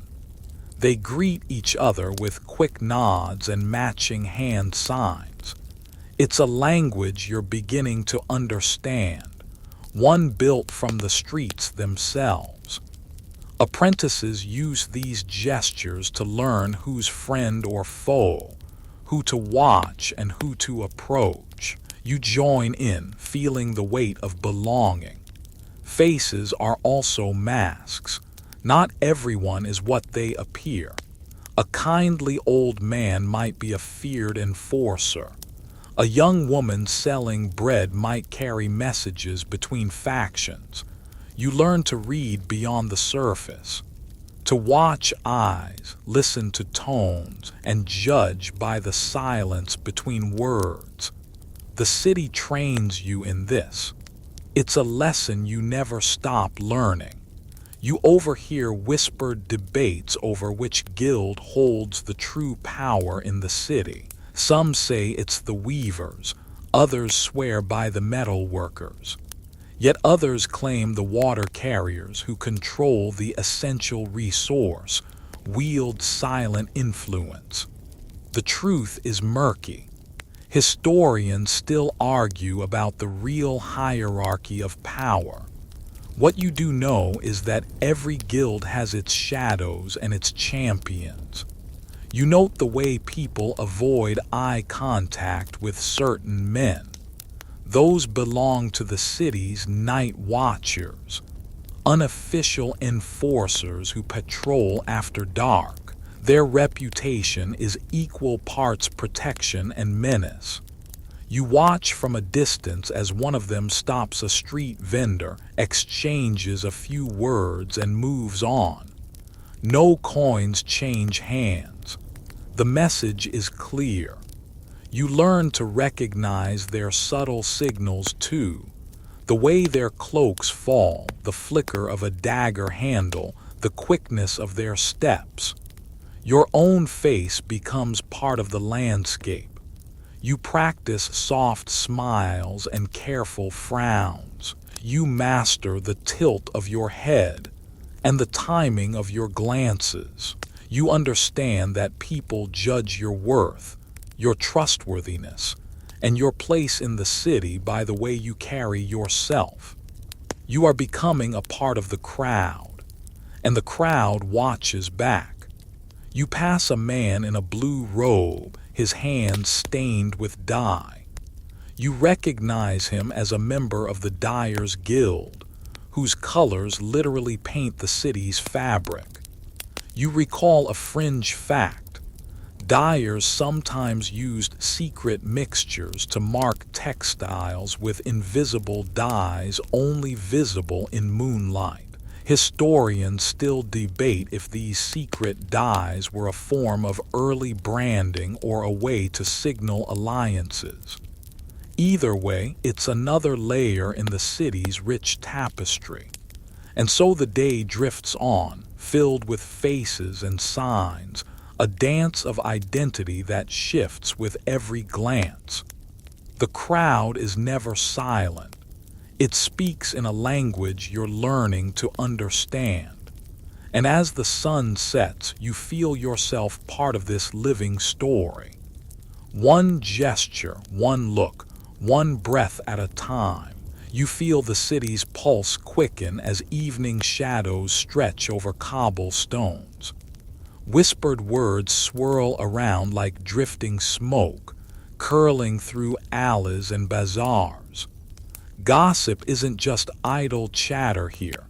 It's a powerful currency, traded in hushed tones, passing from ear to ear, shaping reputations and destinies alike.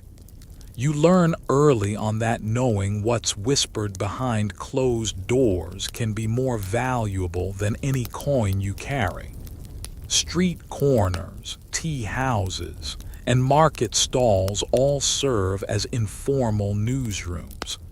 A careless phrase overheard might seed a rumor that grows legs and runs wild through the neighborhoods. You lean in close, catching snatches of conversation. Did you hear about the judge's son? Or the caravan from Alexandria hides more than spices. Each fragment is a piece of a larger puzzle, and you're piecing it together, one whisper at a time. Rumors have teeth. They can elevate a common merchant to unexpected prestige, or drag a respected craftsman into disgrace. You watch a crowd gather around a street performer, but their eyes are fixed not on the show, but on the latest scandal unfolding through gossip. People trade these stories like precious goods, each twist and exaggeration feeding the city's appetite for intrigue.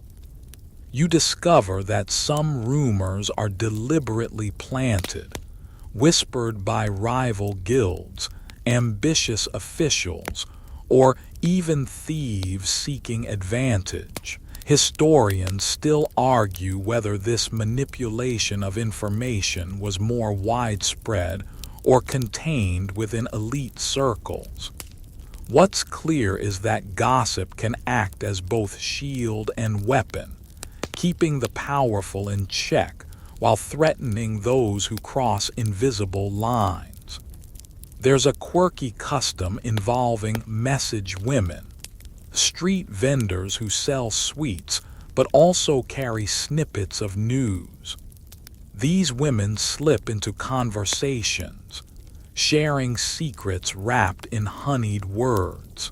They are often the first to know when a wealthy family faces troubles, or when a new law threatens the market.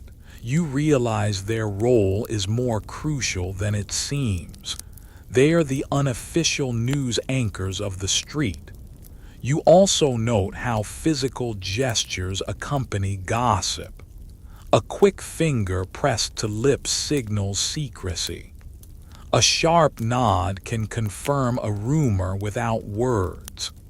Sometimes, laughter bursts unexpectedly, signaling disbelief or mockery. These nonverbal cues are part of the game, helping people navigate truth and fiction. You become adept at reading these signs, sensing when a tale is true, half-true, or pure invention. One favorite tale involves a baker who supposedly baked a secret message into his bread, an encrypted warning to rebels planning a nighttime uprising. Historians still debate whether this story is fact or folklore, but it highlights how rumors and coded communication intersect. In this city, information is a weapon disguised as bread or whispered song. You understand that gossip doesn't just flow downward from elites, it bubbles up from the streets too. A grassroots current influencing who gains favor and who falls from grace. Even common folk wield this power, shaping public opinion and occasionally forcing change.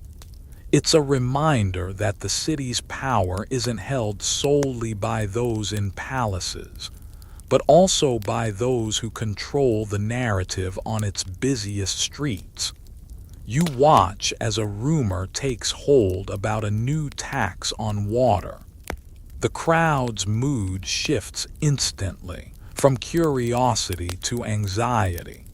You hear merchants complaining in low voices, while children mimic the worried expressions of adults.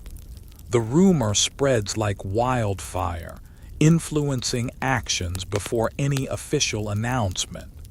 You realize that survival here often means managing the whispers as much as the visible threats. And so, as night descends, you tuck these lessons deep into your mind. The streets speak in shadows and half-truths. You've learned to listen carefully, to weigh each word, to know when silence is safer than speech. Because in this city, gossip is never just noise. It's a force that shapes the very streets you walk every day. The sun sinks below the city's skyline, casting long shadows that pool in the narrow streets. Night in Cairo is a different world. The noises soften, but the tension thickens. You step carefully now because the rules of the day fade into whispers, replaced by the silent language of moonlight and menace. Here, you learn quickly that the night has its own codes, rules you don't want to break unless you're looking for trouble. Lanterns flicker unevenly, throwing halos of light that barely touch the darkness beyond. The street vendors have packed up or vanished into side alleys. The city exhales a cooler breath, but with it comes a warning. You know to avoid certain streets once the call to prayer fades, and to keep your pace steady and unhurried. Moving too fast or too slow marks you as either scared or lost. Neither is a good look in these hours. You hear the occasional clatter of boots, guards on patrol, their faces stern beneath turbans and cloaks. The city's night watchers are both protectors and enforcers, wielding authority that sometimes blurs the line between justice and fear. They nod at known traitors but glare suspiciously at strangers. You realize they are the shadow keepers, watching over the city's fragile peace when most others are asleep. Historians still debate whether their power was officially sanctioned or mostly self-appointed. Either way, crossing them rarely ends well. You discover secret signals that help the night's travelers stay safe. A lantern placed upside down outside a door means no entry. A certain knock or whistle might summon help or warn of danger. You overhear a conversation about a patch of street where lamps were deliberately kept dark to hide secret meetings. The city's architecture itself becomes part of this nocturnal code. Narrow alleys twist like puzzles designed to confuse unwanted eyes. Quirky detail. Some merchants swear by carrying small packets of crushed crocodile dung, believed to repel evil spirits and thieves alike. Whether superstition or psychological armor, it's a common sight. You find yourself amused but also comforted knowing others share these little rituals. You tuck a small packet into your pocket, more for the comfort than the effect. The marketplace turns ghostly. You glimpse shadows slipping between shuttered stalls. Some are honest night traders selling rare goods. Others are pickpockets, thieves, or worse. The night is their hunting ground. You learn to keep your valuables close and your hands ready. Trust is a currency even rarer after dusk. A lantern's glow catches your eye, and you spot a group gathered around a small fire. They exchange stories and warnings, sharing news that never makes it into daylight conversations. You join quietly, absorbing tales of mysterious disappearances, and the silent warnings passed from one neighborhood to another. These stories form an oral map of the city's hidden dangers. Some say the firelight reveals spirits lingering in the dark. Historians still argue whether these tales reflect actual events or collective anxieties of the time. You note the way sounds shift. Footsteps echo louder, distant voices carry farther. Even your own breathing feels intrusive. The night wraps around you like a thick cloak. You learn to move like a shadow, silent and deliberate. Every step measured, every glance brief. The city's eyes never close, they just watch differently. You discover small sanctuaries, mosques, public fountains, or well-lit taverns where night travelers find momentary safety. These places act like islands of light in the surrounding dark. You learn which doors to knock on and when to move on. Your survival depends on blending in, knowing when to speak and when to vanish. The night demands respect. It rewards patience. As you walk, you remember the daytime markets, loud bargains, and sharp glances. The night strips away that noise, leaving only the bare essentials. Danger and protection, threat and alliance. It's a balance you must master if you want to see dawn again. So you walk carefully, learning the city's nighttime codes. Because here, in Cairo's shadows, every move matters.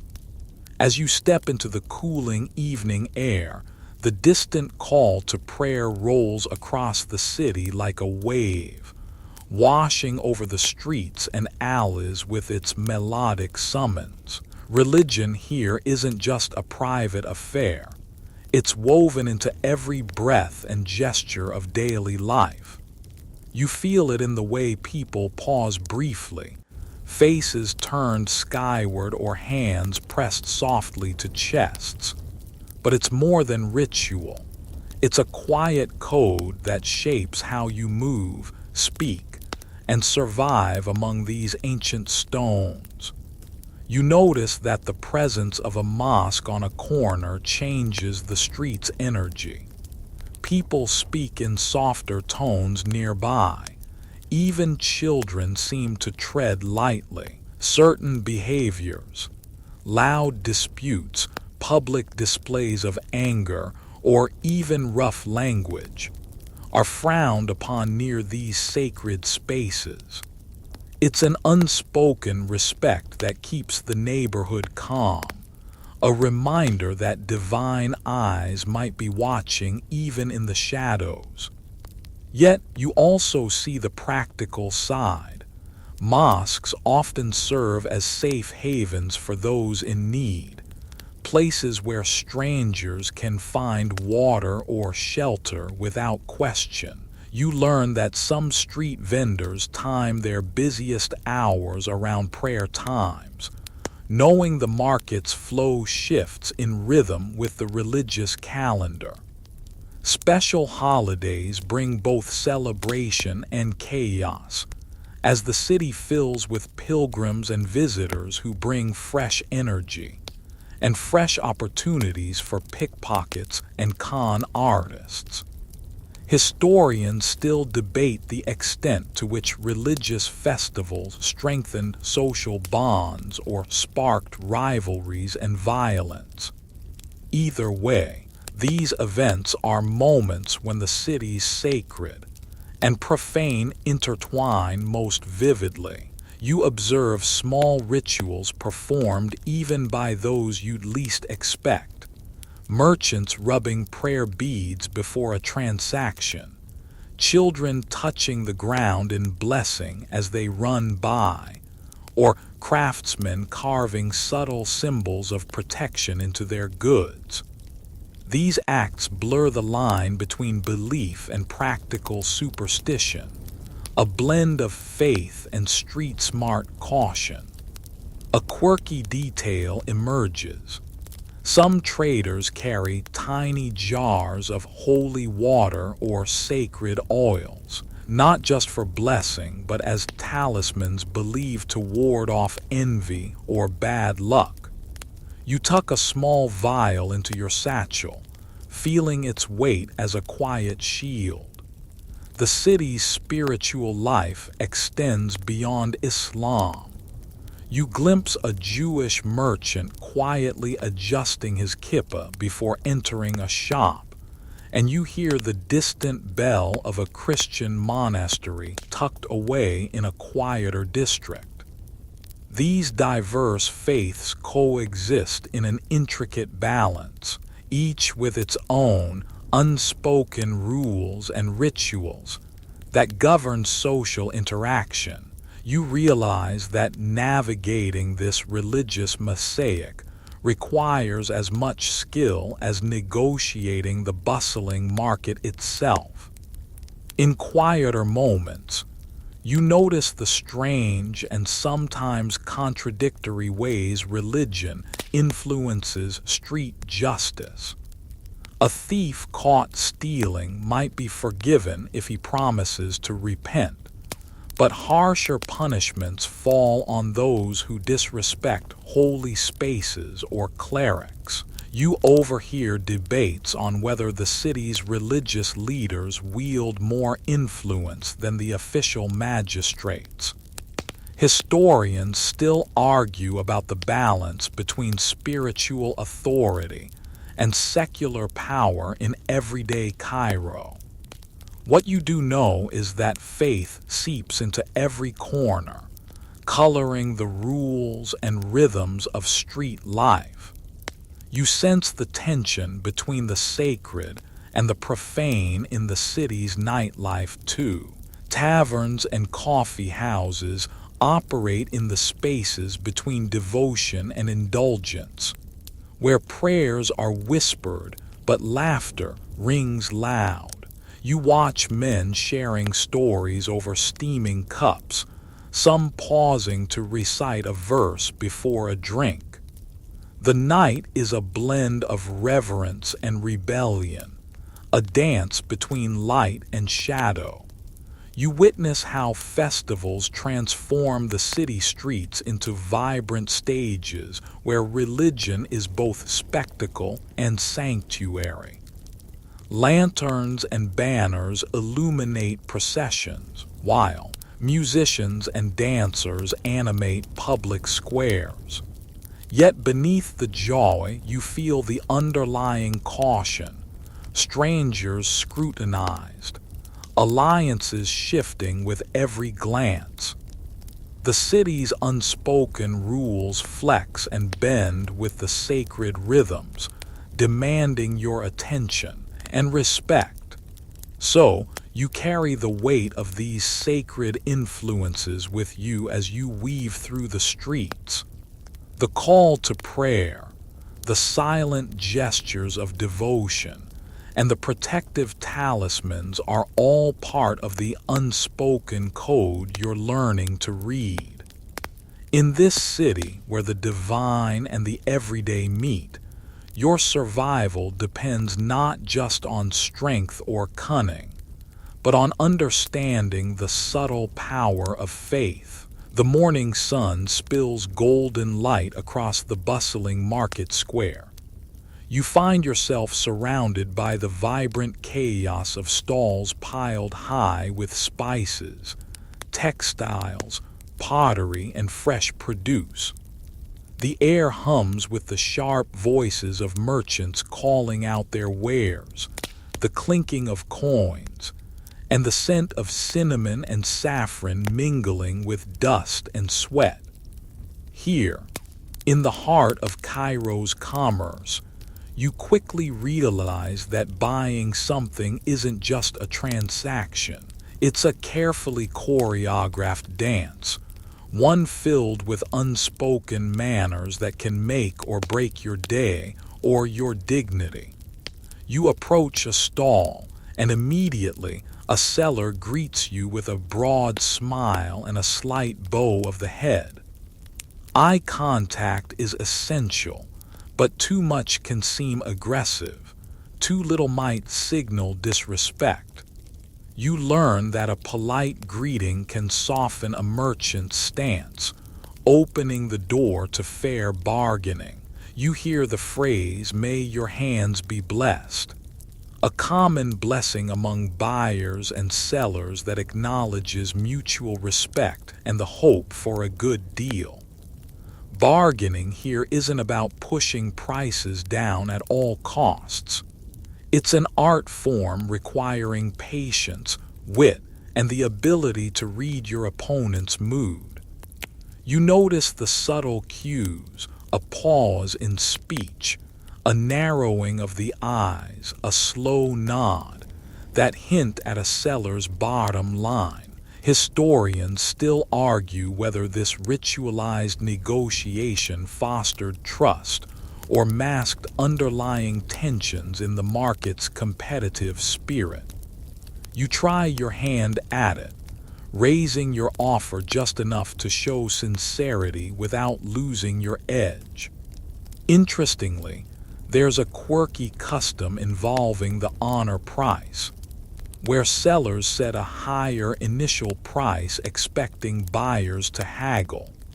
But sometimes, the price is deliberately low to lure customers in, only to find additional costs later.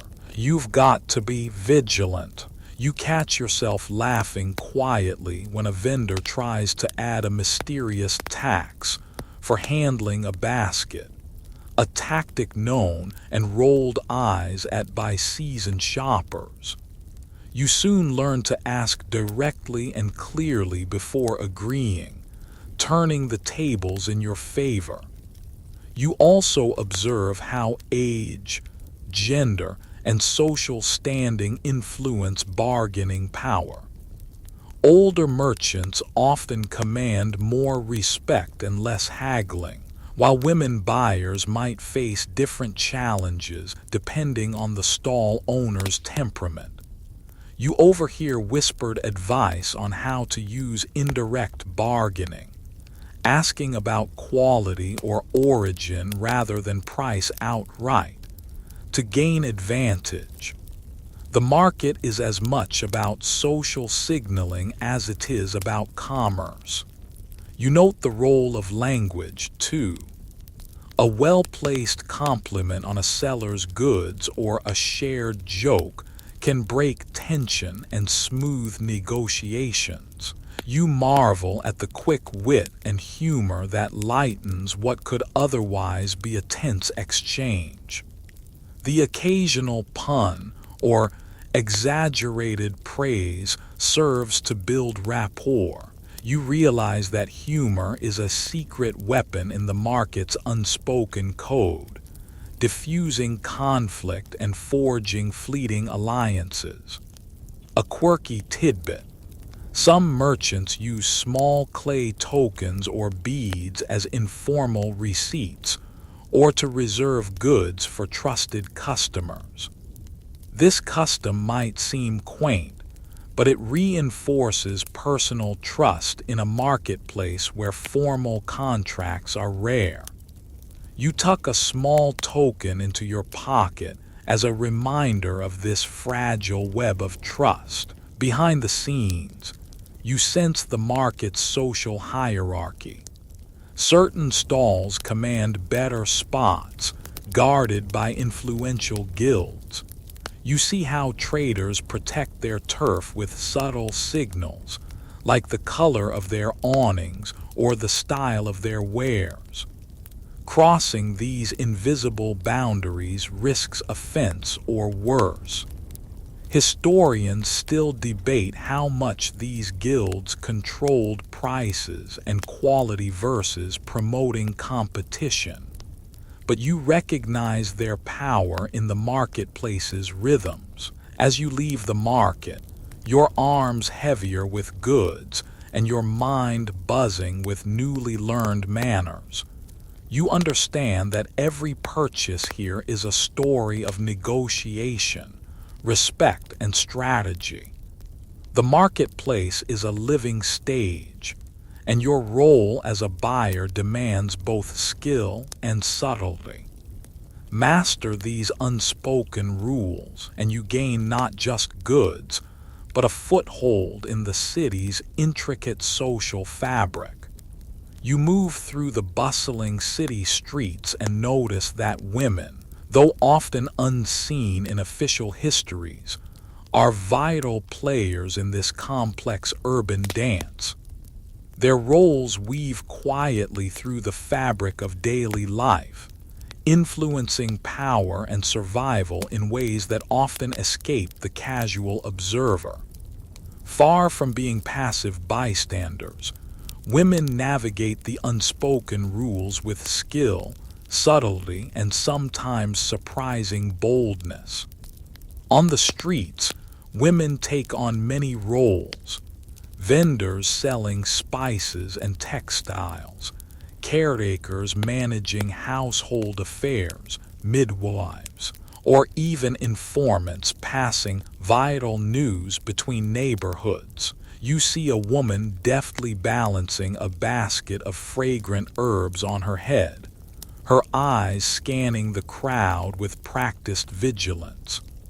Despite restrictions on public life, women carve out spaces where they exercise control and authority. Their presence is both a shield and a signal, marking territory and alliances without drawing unwanted attention. You discover that women's influence often flows through networks of family and friendship, creating informal safety nets. Mothers warn daughters of dangerous routes, and neighbors share advice on trustworthy merchants or cautious bargains. Historians still argue about how much power these female networks wielded in broader society, but it's clear they provided essential support. You overhear stories of women secretly negotiating marriages or settling disputes that could otherwise escalate into violence. A quirky detail emerges about women's use of scent and adornment as social signals. Perfumed oils, colorful scarves, and intricate henna designs don't just serve beauty. They communicate status, mood, and intentions in a language understood by those watching closely. You notice how a particular shade of indigo on a scarf might mean mourning, while a delicate gold bracelet hints at marriage eligibility. These subtle cues become a form of silent conversation across crowded streets. You also see how women develop survival tactics to protect themselves from harassment or danger. Walking with confidence, accompanied by trusted companions, or carrying a small dagger concealed in their clothing.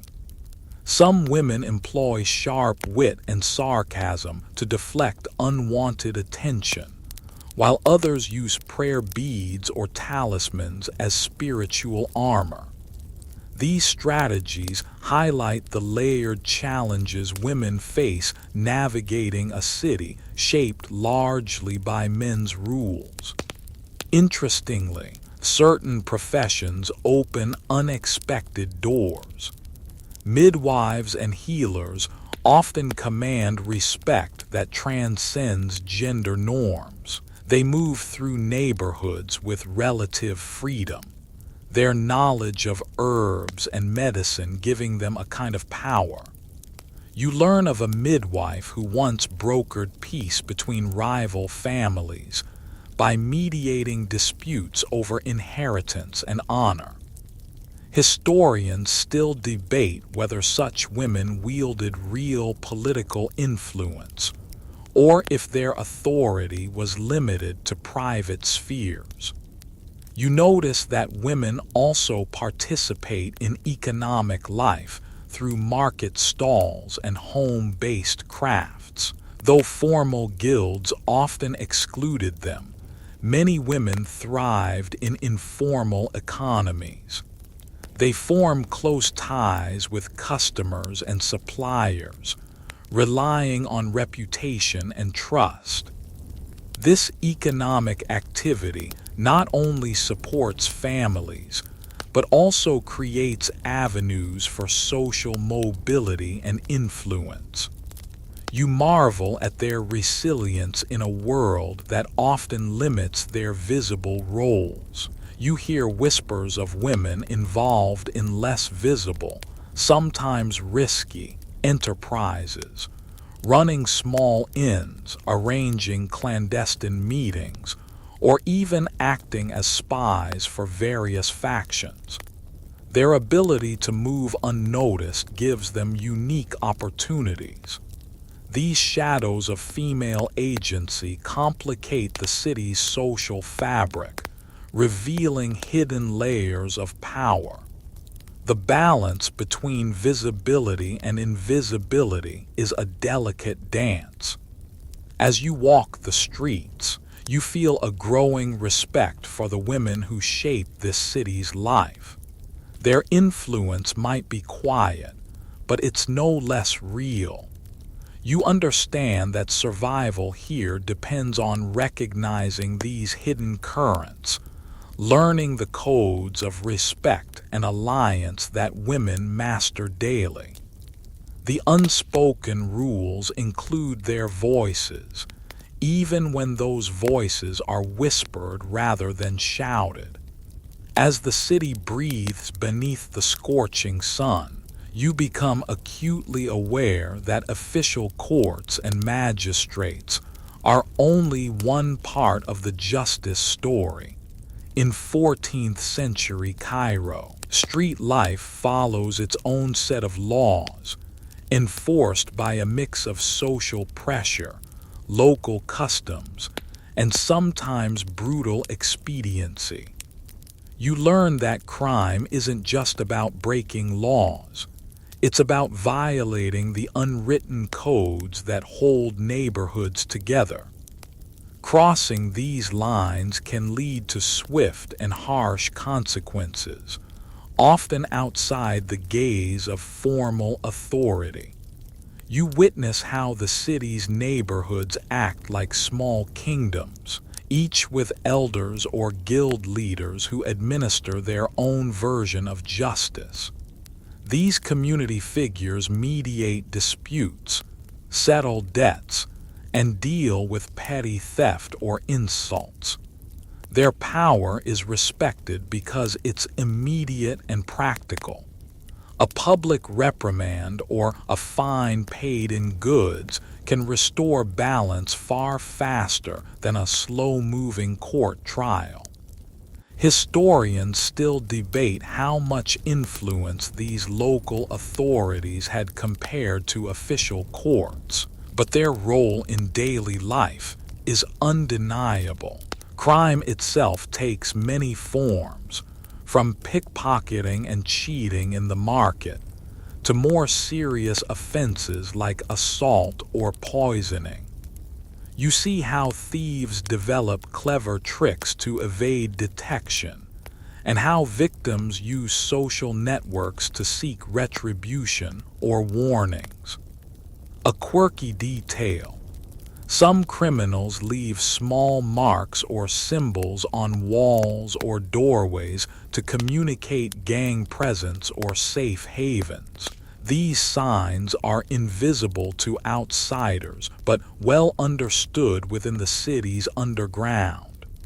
You find yourself intrigued by the secret language of graffiti in a city without modern pens. Punishments vary widely and often depend on the social status of the offender.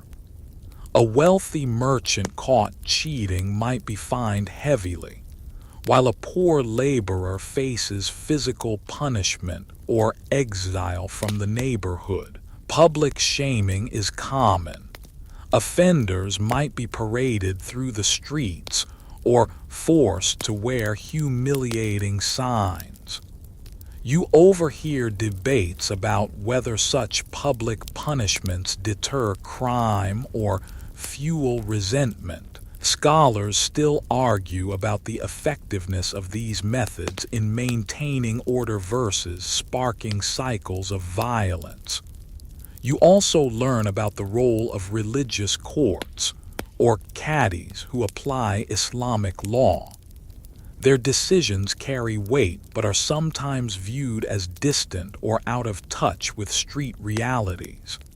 You hear that bribes and influence often sway outcomes, blurring the line between justice and corruption. Yet, for serious crimes, their rulings can mean life or death. The tension between official legal systems and local customs shapes how justice plays out daily. Interestingly, you discover that forgiveness and reconciliation have a place in this justice system. Victims might accept compensation or an apology in lieu of harsher punishment. This approach helps keep peace in tightly knit communities. You notice the importance of honor and reputation in these settlements, where a family's standing can hinge on how they handle a conflict. The unspoken rule is clear. Maintaining harmony sometimes matters more than exacting revenge. As night falls, you see how vigilante groups and neighborhood watches patrol the streets. They act as informal police, stepping in when official forces are absent or slow. Their authority is rough but often effective.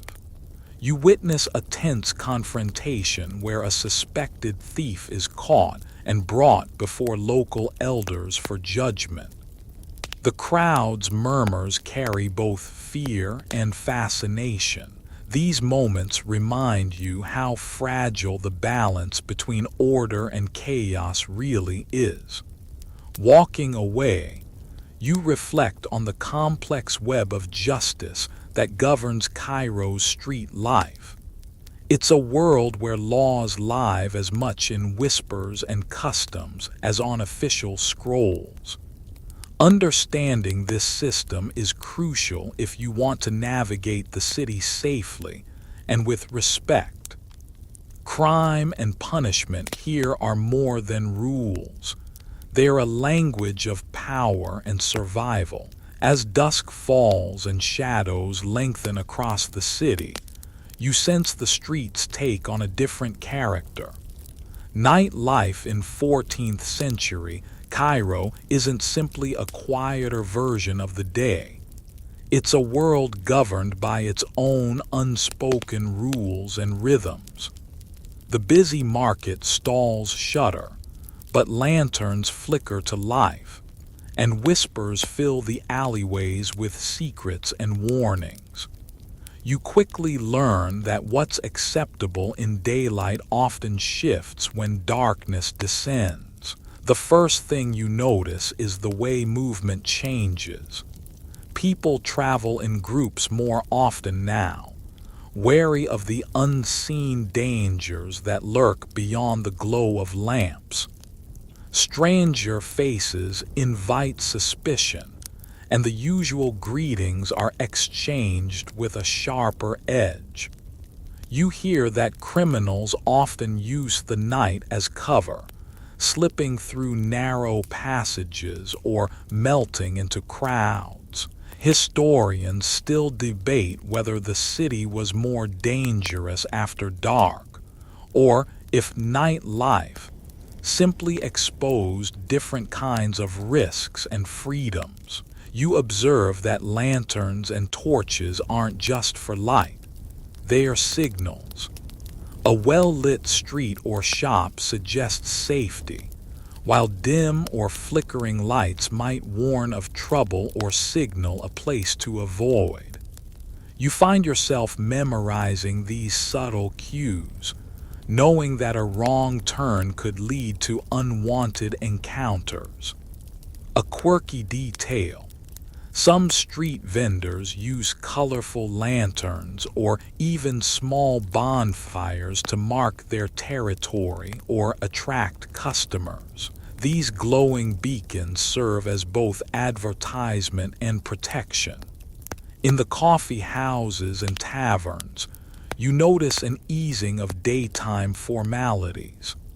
Conversations grow louder, laughter more frequent, and storytelling becomes an art form that holds listeners captive. These places are refuges where social hierarchies blur and new alliances form. Yet, beneath the warmth of shared cups, you sense a layer of caution.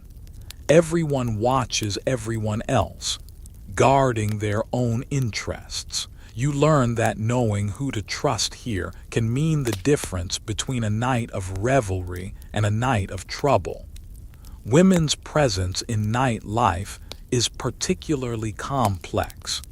Some accompany male relatives for protection, while others work as entertainers or in more discreet roles. Their safety depends on careful navigation of social expectations and alliances. You see how the city's unspoken codes protect certain areas or groups while leaving others vulnerable. These dynamics add another layer to the night's delicate balance.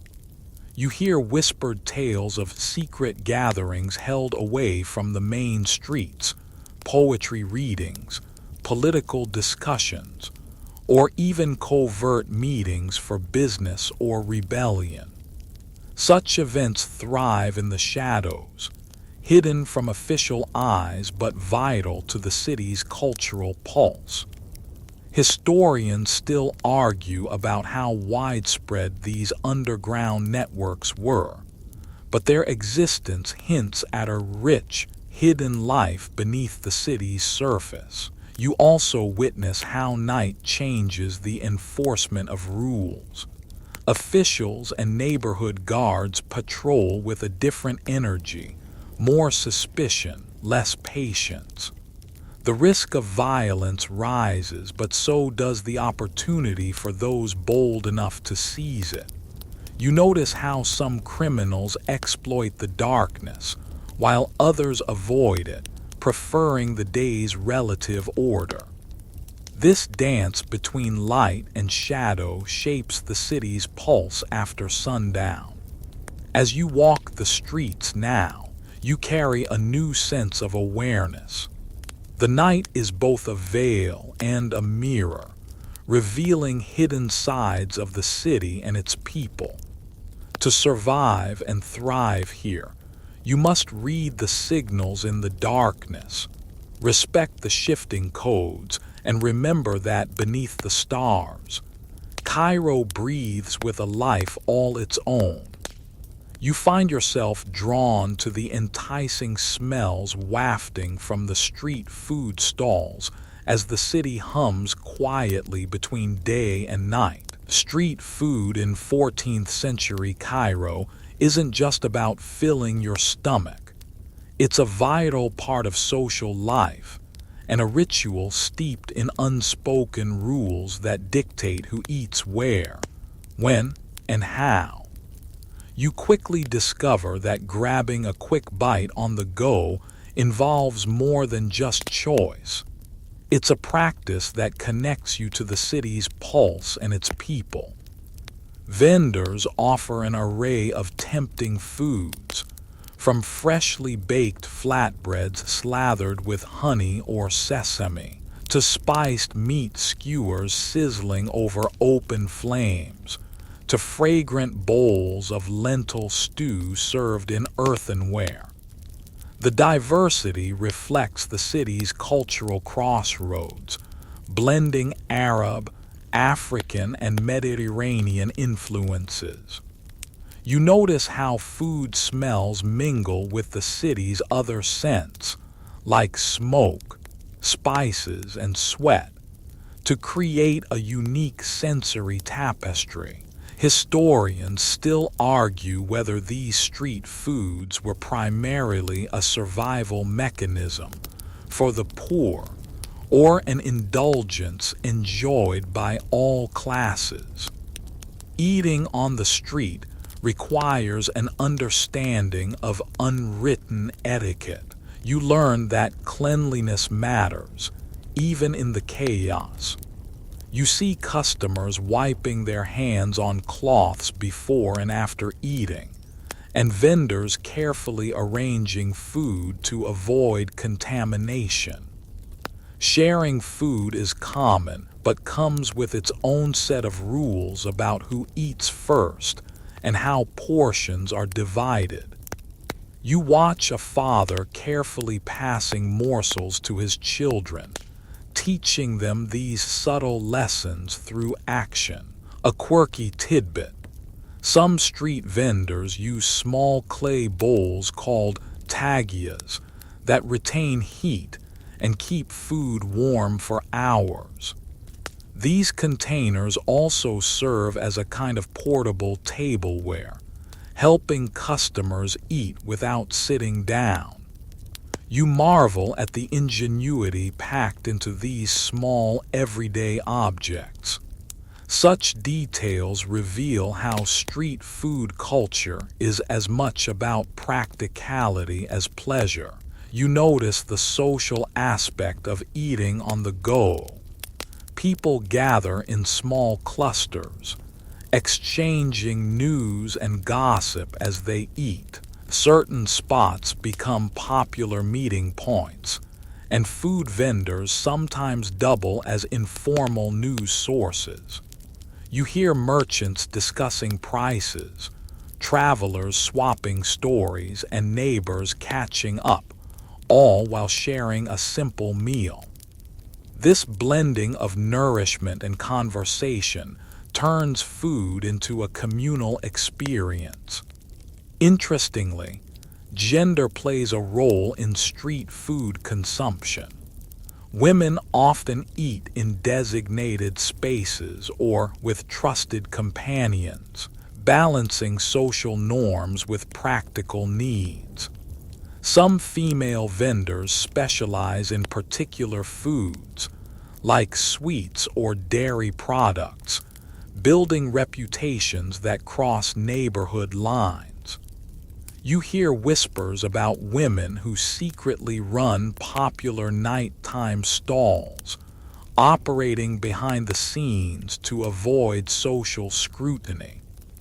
Historians debate how much these food economies empowered women economically and socially. You also become aware of how food ties into religious and seasonal rituals. Certain dishes appear only during festivals or holy months, carrying symbolic meaning. You watch a vendor prepare special dates and nuts during Ramadan, their actions ritualistic and respectful. The unspoken rule is that food reflects not just daily life, but the spiritual calendar too. As you savor your street snack, you feel connected to the city's lifeblood.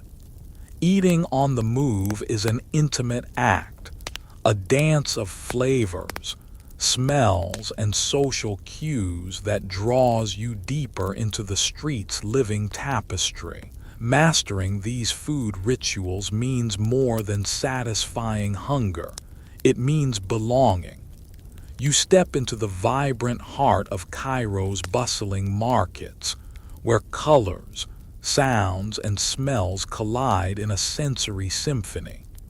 Here, bargaining isn't just a way to get a better price. It's a carefully choreographed dance governed by unspoken rules of respect, status, and survival.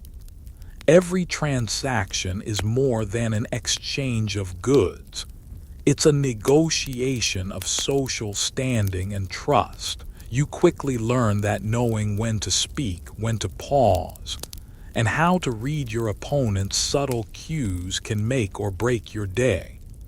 The markets teem with merchants shouting their wares, customers weaving through stalls, and the constant clatter of coins.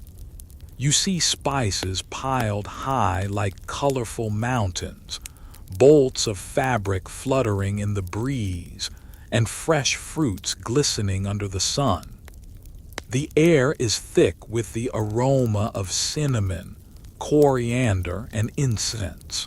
Historians still argue whether the market's chaotic energy was a sign of economic vitality or social instability, but it undeniably defines Cairo's street life. Bargaining is an art form here.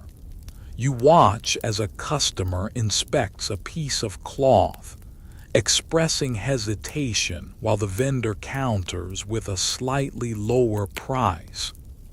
The exchange includes laughter, teasing, and sometimes feigned offense. You note the importance of maintaining face. Neither party wants to appear desperate or rude. Losing your temper or haggling too aggressively can close doors to future deals. The unspoken rule is clear. Respect sustains relationships as much as money does. You learn that certain gestures carry specific meanings. Raising an eyebrow might signal disbelief, while a pause can invite a better offer. A quirky detail. Some vendors use proverbs or rhymes to charm buyers, turning the negotiation into a playful verbal sparring. These linguistic flourishes not only ease tension, but build rapport. You find yourself trying to remember a few phrases, eager to blend in. Social status plays a significant role in market dynamics.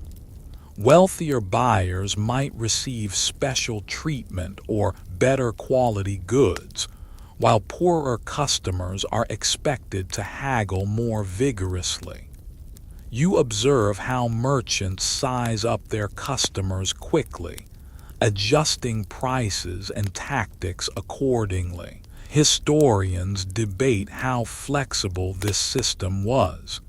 Did everyone have an equal shot at a fair deal, or did power always tip the scales? You see that trust and reputation often override strict pricing, with repeat customers enjoying privileges unavailable to strangers. Women's participation in markets also follows subtle codes. While men dominate the busiest stalls, women often operate smaller stands or sell homemade goods from home. They rely on personal relationships and community ties to thrive. You overhear a vendor discreetly discussing a customer's reputation with a neighbor, reinforcing the idea that trust is currency here as much as silver coins. You notice that markets serve as more than just centers of commerce. They are social hubs where news travels fast, alliances form, and the city's pulse can be felt. Gossip mingles with trade, and a successful negotiation often leads to invitations for tea or shared meals. The unspoken rule is that markets are about connection as much as commerce. As you leave the market's chaos behind, you carry a new appreciation for the subtlety and skill embedded in every deal. The dance of bargaining is a language of the streets, teaching patience, respect, and the art of reading between the lines. To thrive here, you must become fluent.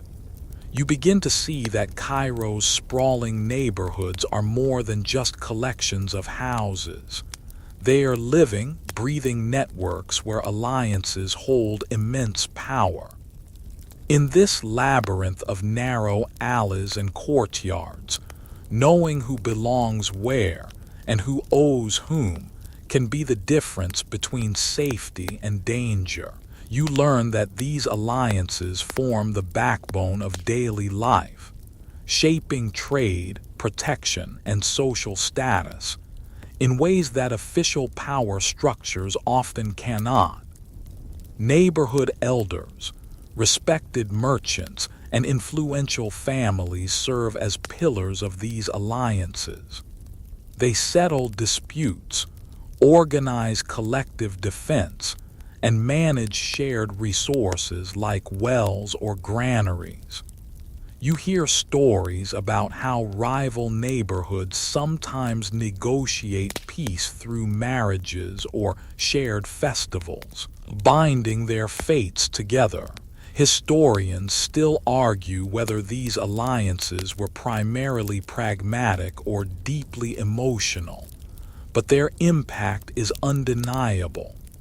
You notice how trust within these networks is hard-earned but fiercely protected. Gossip spreads quickly, and a broken promise can lead to lasting exile or worse. A quirky detail: some neighborhoods mark their boundaries with carved wooden signs or distinctive painted symbols, which outsiders might miss but insiders instantly recognize. These subtle markers communicate identity and belonging in a city where anonymity can be dangerous. Economic ties strengthen these alliances. Merchants often pool resources to fund caravans or bulk purchases, reducing risk and increasing profits. You see craftsmen and traders exchange favors and advice, building informal guilds based on mutual support. Women play a critical role here, managing household alliances that link families across neighborhoods through shared meals, childcare, and celebrations. Historians debate how much power these women wielded behind the scenes, but their influence ripples through the city's fabric. You witness the delicate balance of competition and cooperation. Neighboring districts might compete for prestige or trade dominance, yet they rely on each other for security and economic survival. Alliances can shift with the seasons or political tides, making loyalty a flexible but vital currency. You overhear a conversation where a merchant warns a friend about a neighborhood feud, emphasizing that choosing sides carefully can mean life or death. Religious and ethnic diversity also shapes these networks. Certain neighborhoods gather around shared mosques, churches, or synagogues, creating spiritual as well as social bonds. Festivals and rituals reinforce these ties, weaving religious identity into the city's social web. Yet, diversity sometimes breeds tension, and you learn that navigating these boundaries requires subtlety and respect. The unspoken rule is that harmony depends on recognizing both differences and common ground. As evening deepens, you understand that neighborhood alliances form a kind of social insurance, a safety net woven from relationships, trust, and mutual aid. They don't replace the law, but they supplement it in critical ways. In a city where official power can be distant or corrupt, these alliances are the true lifelines. Mastering them is essential to surviving and thriving in the vibrant maze of Cairo's streets. As you wander deeper into the city's twilight, you realize that beneath the visible hustle lies a realm of hidden customs that quietly keep Cairo's heartbeat steady. These secrets aren't written in any book or announced in marketplaces. They live in whispers, gestures, and the silent understanding shared between strangers and neighbors alike. You discover that these customs, often overlooked by outsiders, are the invisible threads weaving together this complex urban tapestry. One such secret involves the subtle language of signs and symbols. You notice marks etched discreetly on door frames, or patterns in the way goods are displayed, signaling everything from safe houses to forbidden paths. You learn that these signs guide merchants, travelers, and locals through the maze without drawing unwanted attention. Historians still debate how systematically these codes were used, whether by chance or design, but their existence hints at an unseen order beneath the chaos. Another hidden custom revolves around the concept of baraka or blessing. People silently exchange blessings through small acts, touching a merchant's hand, offering a pinch of salt, or sharing a piece of bread. These gestures convey goodwill and protection, warding off envy or misfortune. You watch as a street vendor carefully sprinkles salt on his stall's corners each morning, a ritual that feels both mundane and sacred. This blend of everyday practice and spiritual belief highlights the city's layered culture. You also uncover the delicate art of silence. In crowded markets or noisy streets, knowing when not to speak is as important as knowing what to say. Silence can protect secrets, prevent conflicts, or show respect. You observe how people avoid certain topics or use vague answers to navigate sensitive situations. This quiet diplomacy is a vital survival skill, often overlooked by historians focusing on grander narratives. Quirky customs include the use of amulets and talismans. Many carry small charms made from stone, metal, or bone, believed to bring luck or repel harm. You find that these objects, though personal and private, create a shared culture of protection and hope. People sometimes exchange or gift them as tokens of friendship or alliance. These practices illustrate how belief and practicality intertwine in everyday life. You notice how storytelling itself is a hidden custom. Beyond entertainment, stories serve as vehicles for passing wisdom, social norms, and warnings. They encode history, humor, and caution in memorable ways. You catch fragments of tales told in marketplaces or quiet corners, stories that might never be recorded but live on through oral tradition. Historians still argue how much these oral stories influenced official histories, but their cultural significance is clear.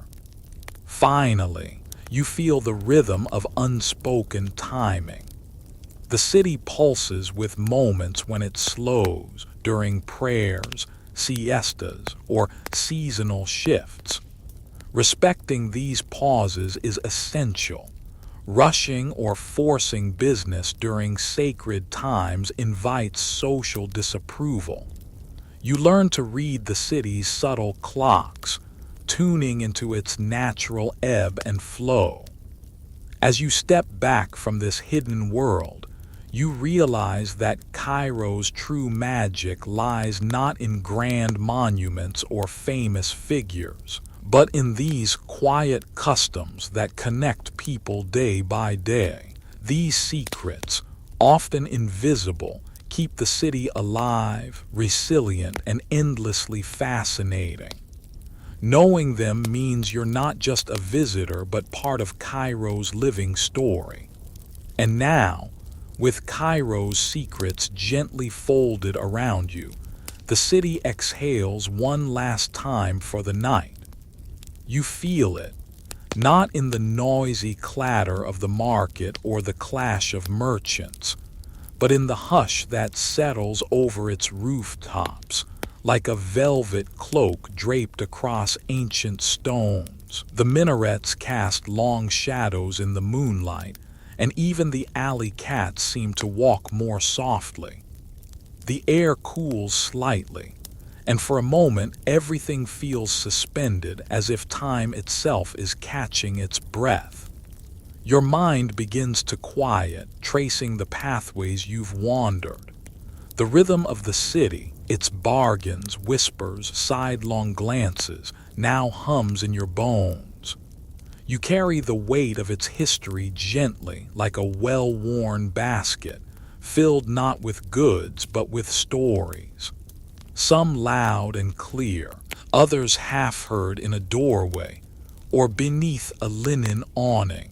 And though it may have felt like survival at first, you realize that the true art of living here is something more tender, more subtle. A soft mastery passed from glance to gesture, from spice cellar to child, from alley wall to open sky. Even now, the city doesn't truly sleep. Somewhere, someone sharpens a blade. Somewhere, a pot of tea still simmers, waiting for a friend who lingers late. But the noise fades just enough to let your own breath take center stage. In and out. Slow, easy, as if the streets themselves are rocking you gently, like a cradle woven of voices and dust. Whatever your own city looks like tonight, whatever glow comes through your window or hums beyond your walls, I hope you've carried something back with you.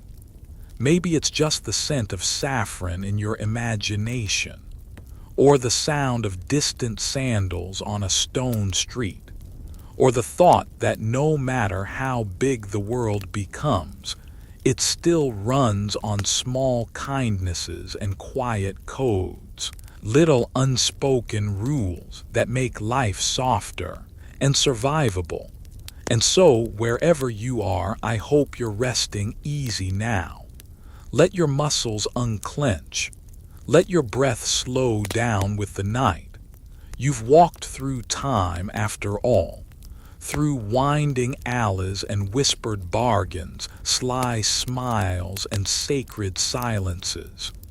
You've navigated a world full of beauty and danger, and whether you realized it or not, you've made it through with grace. So close your eyes. Let the lanterns fade to shadow. Let the noise of the day dissolve into something quieter, kinder, simpler. You're safe here. You're part of the story now.